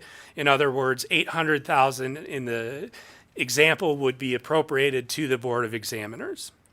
For an executive branch agency that was 65% general fund, the impact of the COLA would be $650,000. 80% of that would be set aside to the Board of Examiners, or about $520,000 would be set aside to the Board of Examiners. Under the policy that was adopted by the 2019 legislature, you could see for fiscal year 2020 and forward, the general fund portion of the COLA impact was treated the same for NSHE and an executive branch agency, and otherwise 65% or $650,000 is the general fund impact. For NSHE, 100% of that is appropriated to the Board of Examiners, and for an executive branch agency, 80% is appropriated to the Board of Examiners.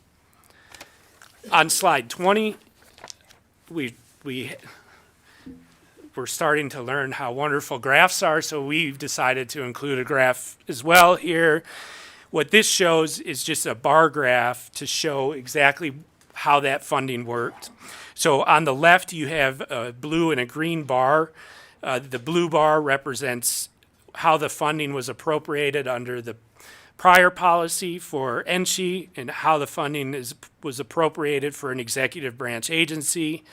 The light blue area represents the difference between the total COLA impact and the amount of general funds that are appropriated to meet that impact.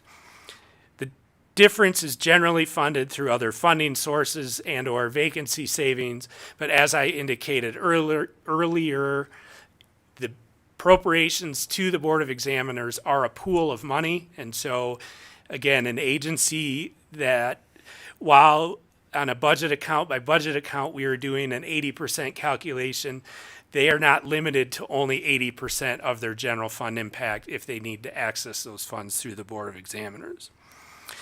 On the right side, you could see the policy, the current policy that was first adopted by the 2019 session. Now, this reflects the appropriations that were made to the Board of Examiners to implement the COLA in a current biennium. I do want to make a point that we don't have referenced on this slide, but I think a great question is what happens in a subsequent biennia. So the money that goes to the Board of Examiners is for agencies to implement and or address the impacts for the current biennium. When they're building their budgets for a subsequent biennium, 100% of the COLA impact is accounted for in the budget. We account for 100% of the personnel costs. So the 23% COLA that was approved by this body last session, the personnel expenditures in the base budget for all budget accounts are inclusive of that 23% COLA, and the general fund portion that's mapped for those positions, 100% of that is budgeted in the base budget. So if you were to look at this slide and the two amounts for NSHE and Agency A that shows 650,000 and 520,000 in the subsequent biennium in the base budget, all institutions would have $650,000 in their base budget. And so we just want to make that point that this is, the mechanism during the current biennium is in recognition that there may be cost savings, but when building a budget for a subsequent biennium, it is ensured that all of those impacts are accounted for before this body considers the budget, the executive budget that's recommended by the governor. But the executive budget does account for those. And with that, I am positive I went over the time I was supposed to, but I really appreciate the opportunity to provide this information. And Ms. Mangoba and I would be happy to address any questions, whether it's on the formula or the COLA discussion. Sounds good. Thank you both for your presentation. There's a lot to digest, so I'm sure we do have some questions. I'll go ahead and start with Assemblymember Monroe Moreno. Thank you, Madam Chair, and that was a lot. I was crazy taking down notes. I have a few questions, if that's okay. Thank you. My first one is, what are the total personnel costs for NSHE within the governor's recommended budget? And then followed up with, how does that compare to the total amount of general funds recommended for NSHE? Thank you, Madam Chair, or Madam Chair, through you to Chairman Moreno. For the record, Brody Leiser, in the governor's recommended budget, total personnel costs are approximately $2.269 billion.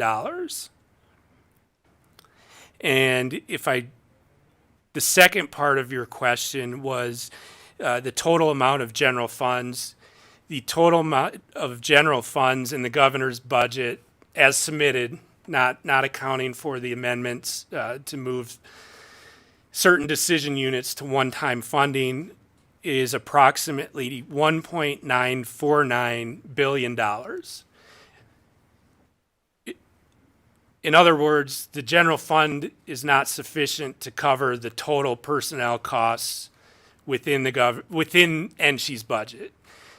There's about a $320 million difference, and I think that's a good reflection of the fact that there is a shared cost in personnel between the state and the institutions.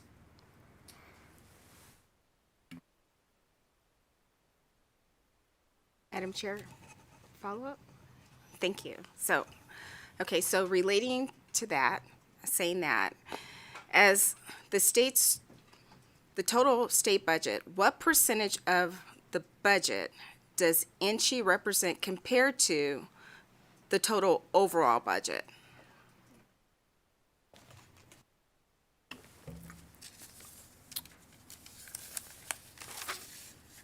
Thank you, Madam Chair, through you to Chairman Moreno. For the record, Brody Leiser, I'm going to give you two numbers, if that's all right. I think we often do a comparison between the legislatively approved budget for the current biennium and the governor's recommended budget. In the legislatively approved budget for the current biennium, NSHE's total budget was approximately $2.2 billion. The total state budget was approximately $46.9 billion. And so to answer your question, NSHE represented about 5% of the total budget. In the governor's recommended budget, NSHE's total budget is approximately $2.85 billion. The total budget is approximately $49.60 billion. The NSHE portion of that represents approximately 6% of the overall budget. So to make sure that I'm understanding it correctly, you're saying that the percentage of the general fund component of the overall budget appropriated to NSHE is about 6%? No, I'm sorry, Madam Chair. Well, then Chair can you answer Backus. that one also? Yes, I apologize. Chair Backus, through you to Chairman Moreno. Those percentages, the 5% for the current biennium, the 6% for GovRec, are total funding, reflective of total funding. I apologize. The general fund only component for the legislatively approved budget for the current biennium for NSHE, there is approximately $1.47 billion of general funds appropriated. Again, that does not account for money that was set aside to the salary adjustment accounts. It was just within the operating budgets. The total general fund component of the legislatively approved budget was approximately $10.71 billion. The NSHE component accounts for just over 13% of the general funds that were appropriated within the legislatively approved budget for the current biennium. Within the governor's recommended budget, general funds of about $1.95 billion are recommended for the system of higher education. Total general funds over the biennium are approximately $12.77 billion. This would be for NSHE, it's about just over 15% of the total general fund budget recommended by the governor is to support the Nevada system of higher education.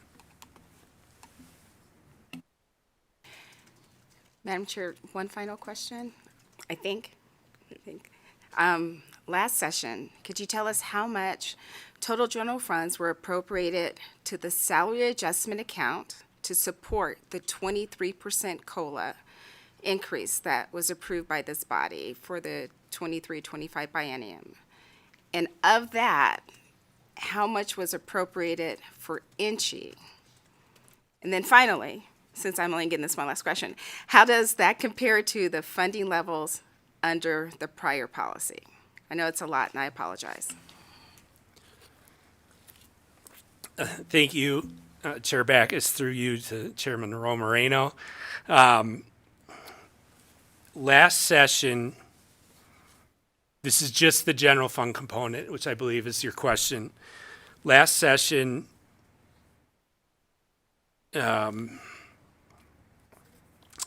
statewide, there was approximately $432.9 million appropriated to the Board of Examiners salary adjustment account for the COLA increases. I would clarify that that is just for the COLAs and or I believe impacts from collective bargaining units, but that amount doesn't include the funding that was approved by this body for the 2 grade increases or the money that was appropriated to the BOE to support longevity. So again, that was $432.9 million. Of that,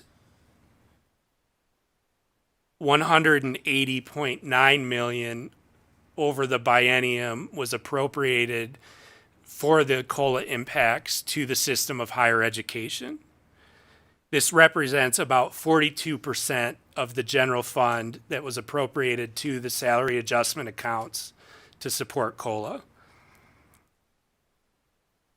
In relation to how that compares to the prior policy, I would look at the percentage of total appropriations to the BOE compared to the appropriations that were specific for the system of higher education. As an example, we would look back to the 2017 to 19 biennium. At that time, total general funds were total general funds of 83.1 million were appropriated to the Board of Examiners, general fund only. And for NSHE of that, about 43.1 million was appropriated specific to the system. That represented about 52% of the COLA funding. So the change, or how it reflects, how the change in policy reflects with those numbers, I would say under the prior policy, about half of the money that was going to the Board of Examiners was to support the impacts to the system of higher education, and following the policy change in the 2019 session, just over 40%. Thank you, Madam Chair. I thank you for answering the questions. A lot of information, but really good to get it all on the record. I appreciate it. Thank you so much. And obviously, I know you guys are so trained to go through the chair, but you can also go directly to the asking member. I'll go to Senator Neal. Thank you, Madam Chair. And I don't know if this question actually makes sense, but I just want to go back to, I guess, when you were explaining the GovRec, and then you were saying, well, the way let me just tell you how I heard it, because it's easier for me to do it. So you basically said that there was like a 2% increase in the GovRec in that last, when we were talking about 13 to, I have so many stickies. It was the 13% to the 15%, that conversation. So you had put 10.71, I think you said 10.71 billion, and then NSHE accounts for 13%.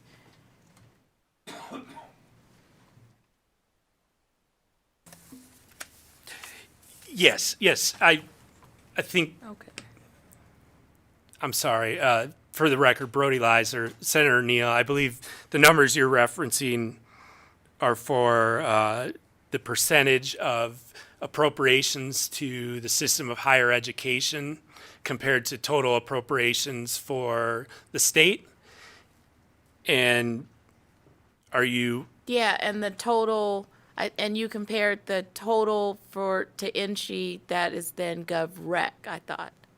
Yes, and so are you asking the difference between the 13% and the 15%? Well, it's 2%. Yeah. But no, that's, now we're in the same place, but now I have the question. So, because I'm trying to understand, like, big picture. So, are you highlighting that point of the 2% increase because that somehow changes the mix, or it doesn't change the mix? When I say mix, I mean the 80-80, which you say ultimately turns into 65%. That's how I've in my mind, I've called the mix 80-80.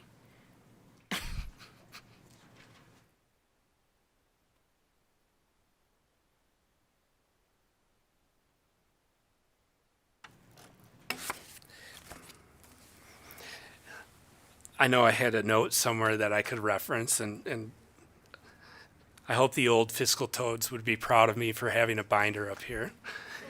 But to answer your question, Senator Neal, the change in the percentage of general fund that is appropriated to NSHE in comparison to the general fund statewide,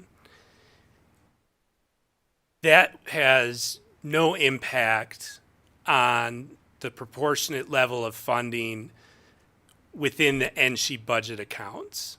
In other words, when we talk about a proportionate share as it would relate to COLA, that doesn't necessarily have a direct impact on the growth between what was approved for the current biennium, and that was the 13% number, and then the 2% growth when looking at GovRec. That would have no necessarily impact on how we look at a proportionate share of costs within the system. Now, what I can tell you, which I believe may provide some context in relation to your question, is in the governor's recommended budget I believe that there is approximately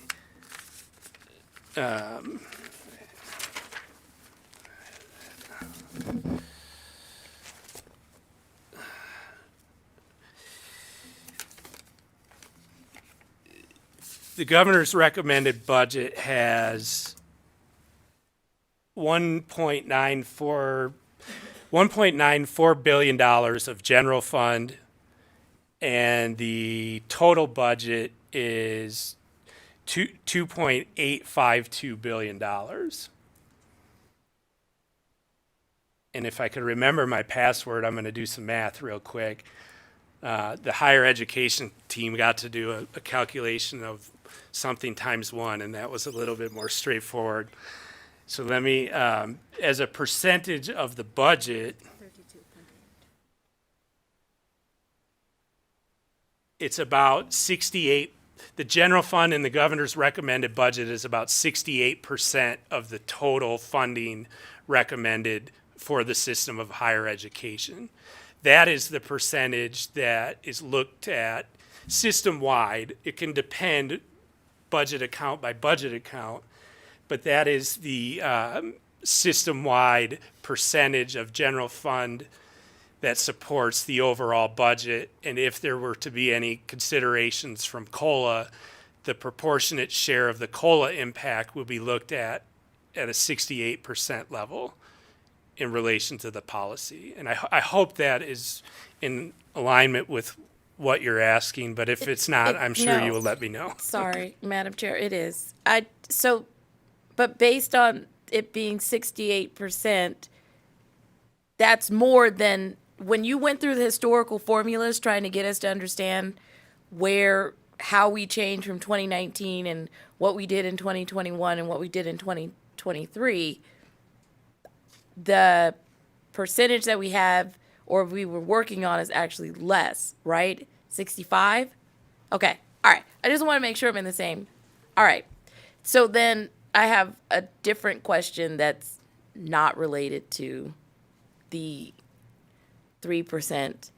So and I don't know if you can answer this. So, because I always go big picture and then I'm trying to figure out, okay, we're doing this because people have misconceptions about what was funded and what was not funded, right?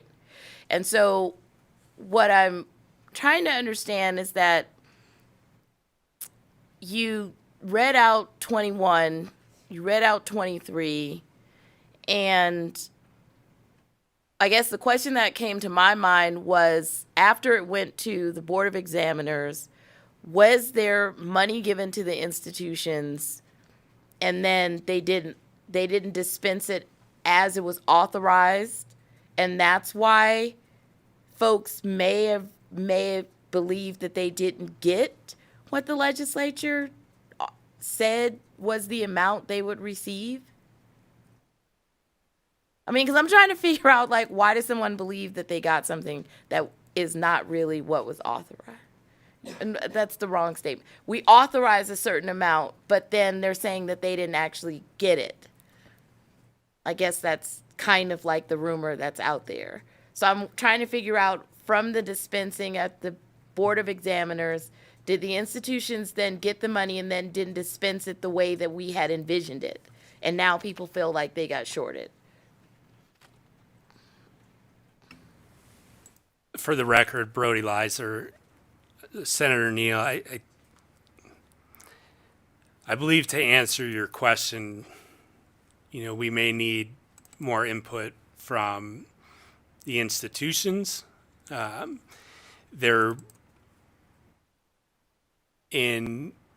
Typically the money that gets set aside to the Board of Examiners to support the COLA impact of the amount that's set aside, it almost 100%, if not 100% of that funding is generally allocated to the institutions.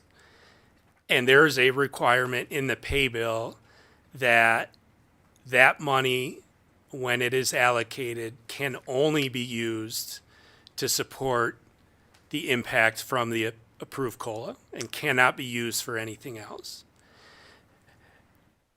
It is the responsibility of the Board of Examiners to administer those funds during the biennium and to review the supporting documentation that's submitted by agencies to demonstrate that they need the funds specifically for the COLA impact.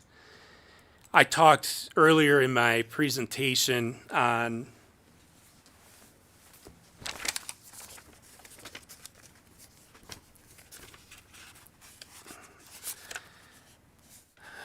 slide 16 about a policy change that occurred and was memorialized back in 1999.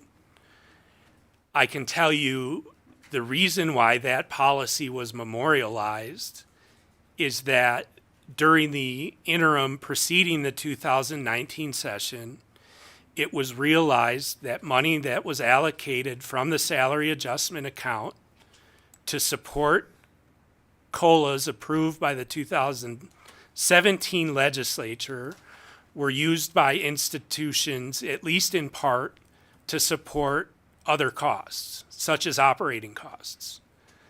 And that is why that policy was discussed and memorialized.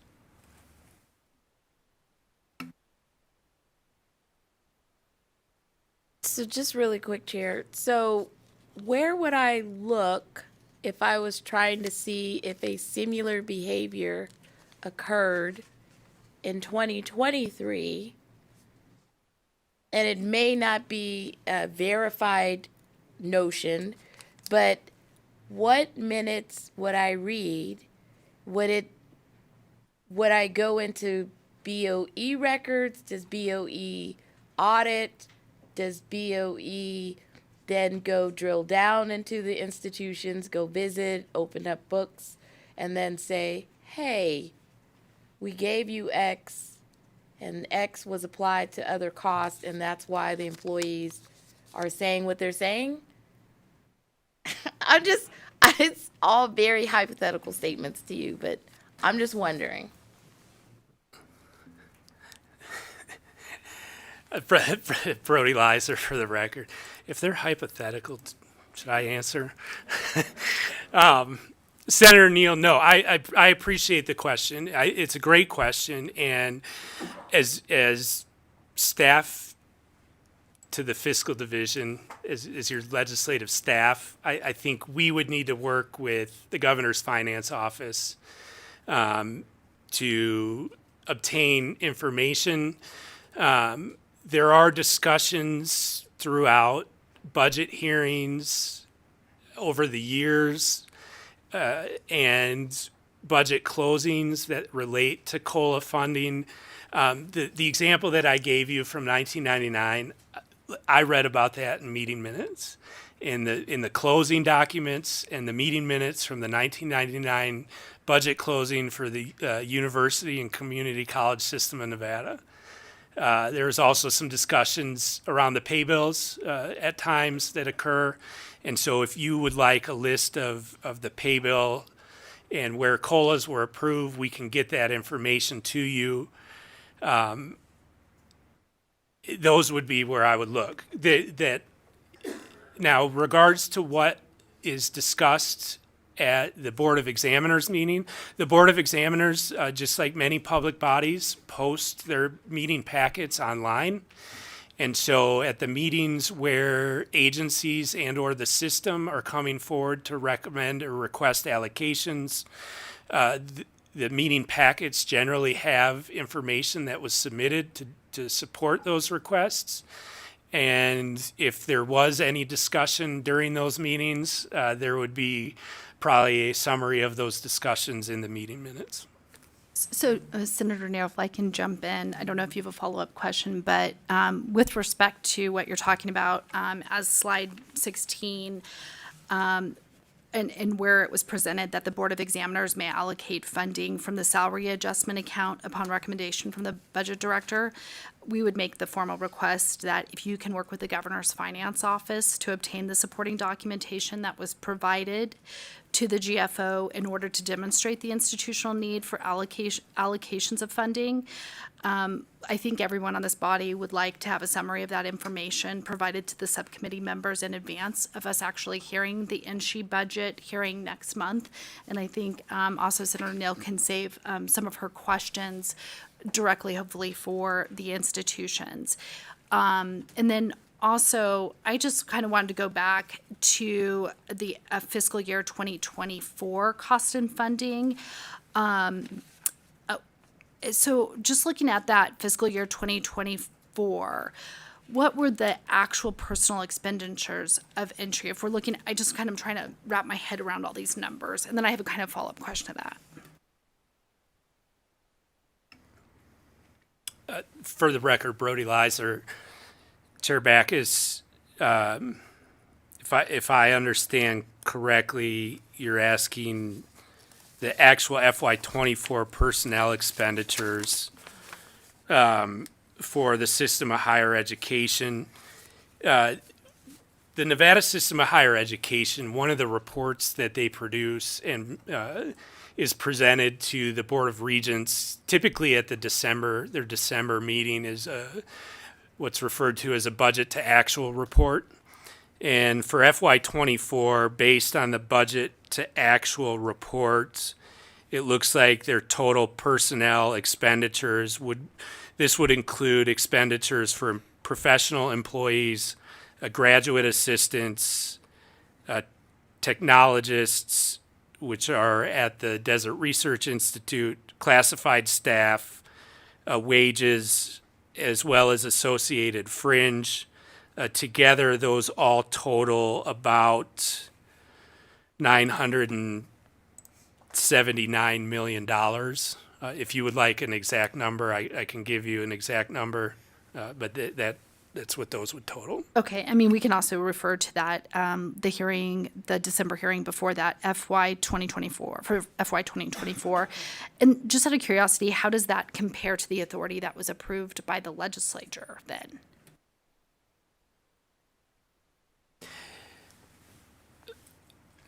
For the record, Brody Leiser, I'm gonna answer your question, and I'm also going to provide some context about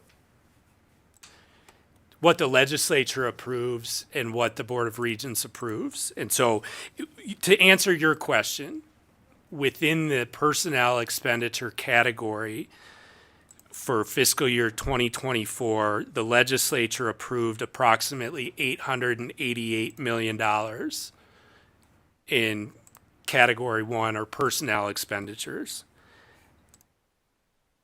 The additional context that I referred to before I answered your question is the Board of Regents does have the authority to approve a budget that is within the legislatively approved appropriations, but may be different in terms of the number of positions or the level of operating costs in comparison to what's in the legislatively approved budget. And that's an authority that the Regents has. And so I would just believe that context is a little helpful for both of those figures.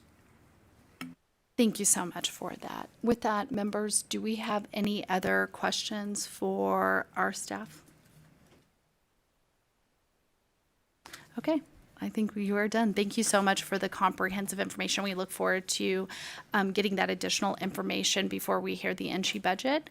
And once I can actually start with Las Vegas, our last agenda item today is public comment. And with that, I see someone in Las Vegas. I don't know if they have plans to give public comment this morning. Okay. If not, we'll go to Carson City. Do we have folks here in Carson City wishing to give public comment this morning?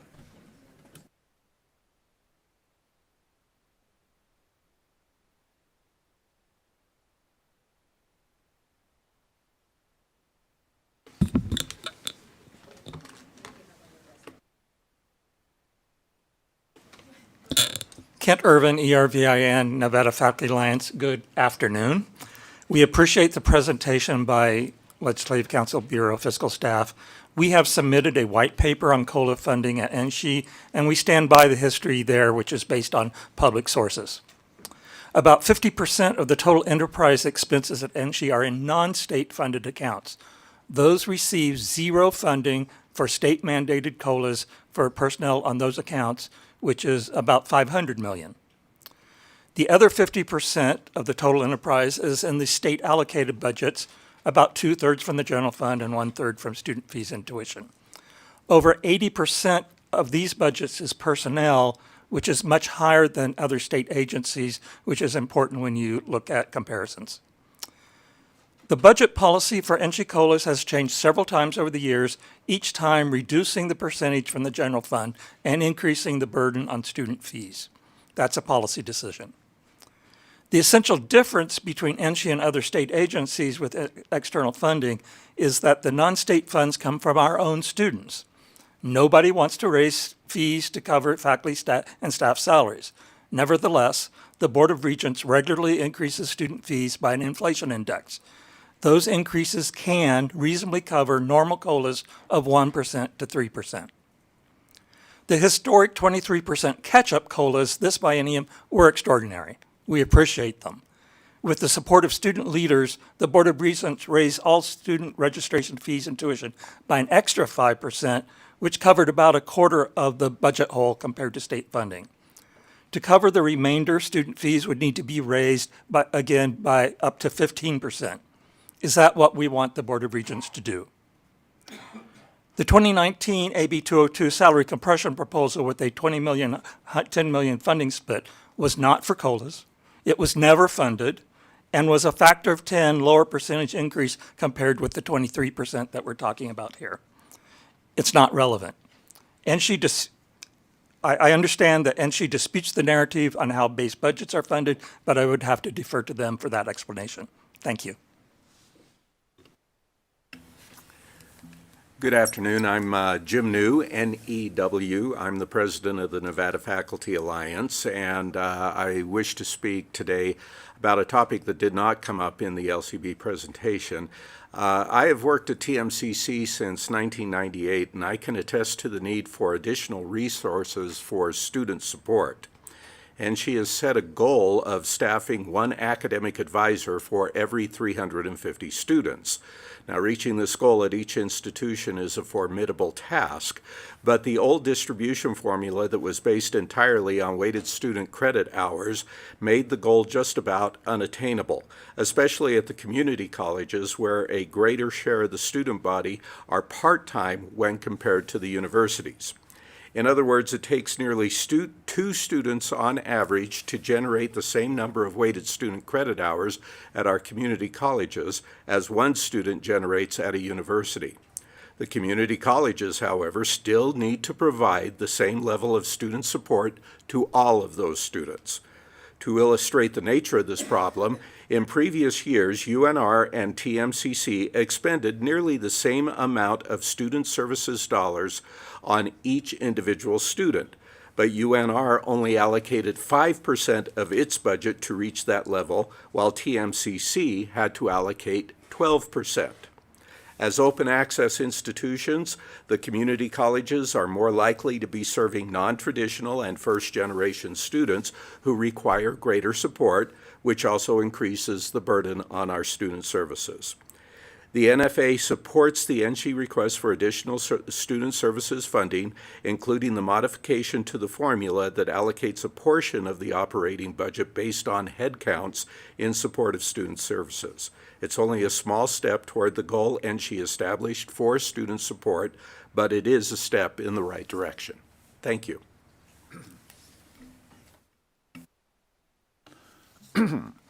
Doug Unger, D-O-U-G, U-N-G-E-R, Nevada Faculty Alliance. I'm here really to reinforce the request for safety improvements and upgrades for the NSHE system that's in the governor's recommended budget, including added to the base budget, which is going to be needed to add police officers and other necessary upgrades. I've submitted a written comment that has 7 examples of infrastructure upgrades that are needed just on the UNLV campus and statewide as well.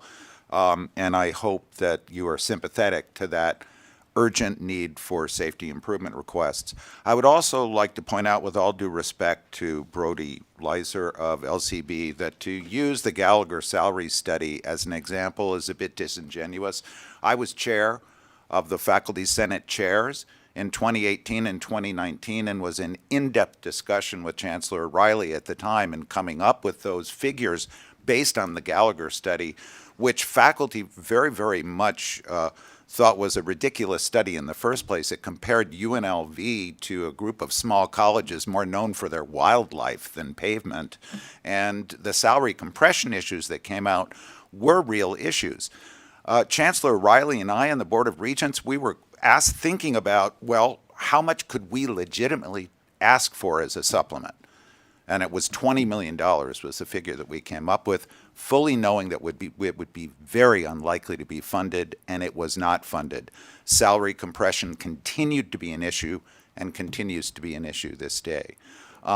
There was no philosophical discussion of proportions. It was just, let's throw a supplement in and see if we can begin to deal with salary compression.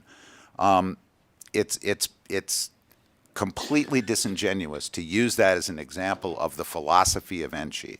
It's like comparing a handful of raisins to a box of chocolates. Happy Valentine's Day, and thank you very much.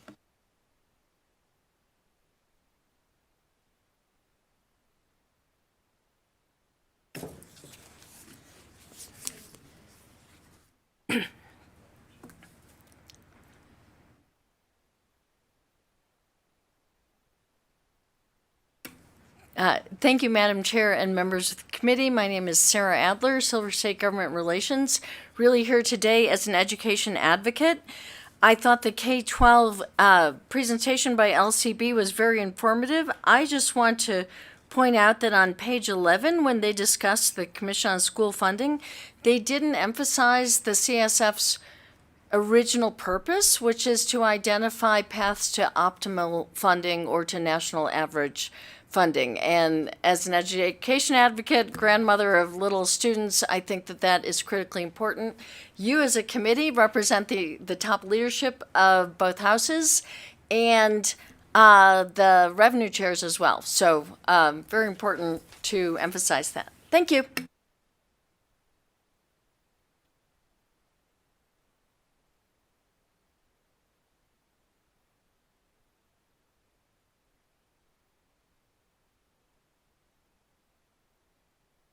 Thank you so much. AVH, we'll go to the phone lines. Do we have anyone on the phone lines today wishing to give public comment? If you would like to provide public comment, please press *9 now to join the queue.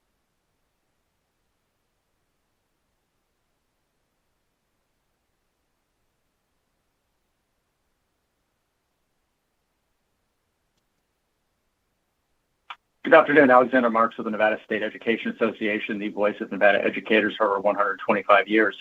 We say no education cuts, pass the plan. In 2022, the Commission on School Funding presented a clear research-backed roadmap to optimal funding within 10 years.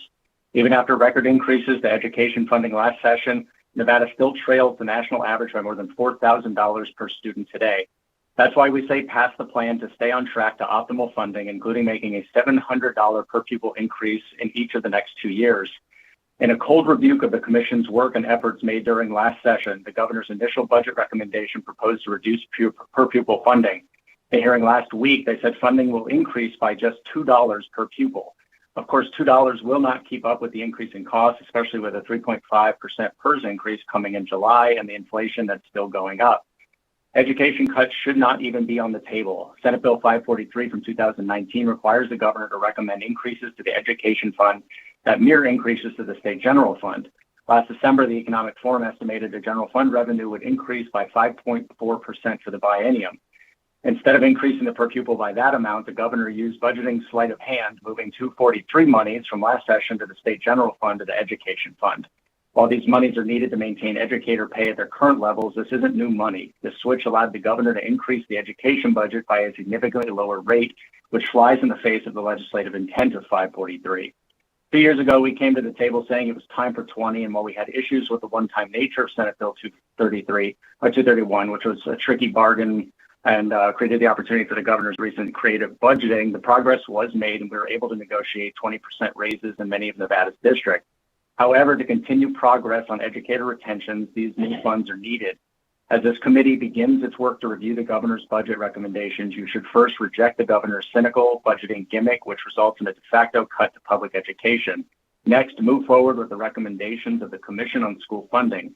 This means addressing loopholes in Nevada's property tax system and updating the base on our sales tax. Pass the plan offered by the Commission on School Funding to reach optimal funding within 10 years. Thank you.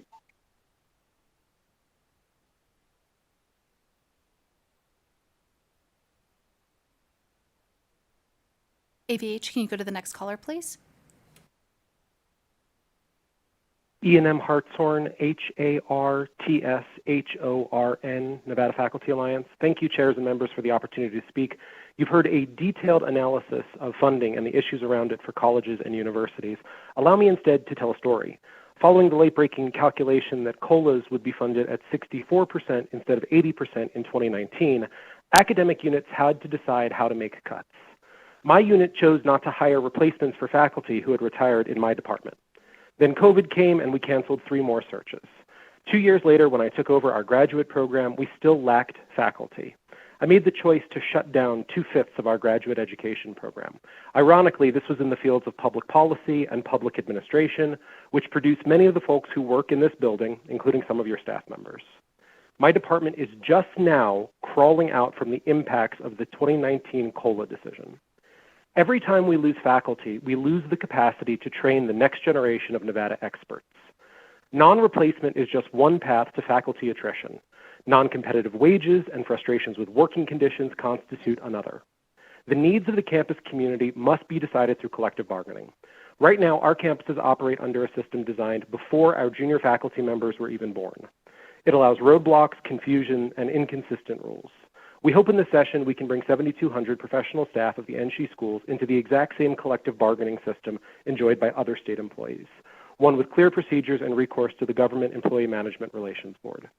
Avoiding budget gaps that make retirements program threatening, retaining faculty with salaries that maintain their purchasing power, and trusting them to self-advocate in a robust collective bargaining system. That is the path to a more successful NSHE and a more transparent one. Our faculty teaching conditions are our student learning conditions. Thank you so much for your attention. Thank you so much. And ABH, I believe we're all done with folks on the telephone line. Yes, Chair, that is correct. There's no additional callers. Thank you so much. And with that, I'll go ahead and conclude our meeting today.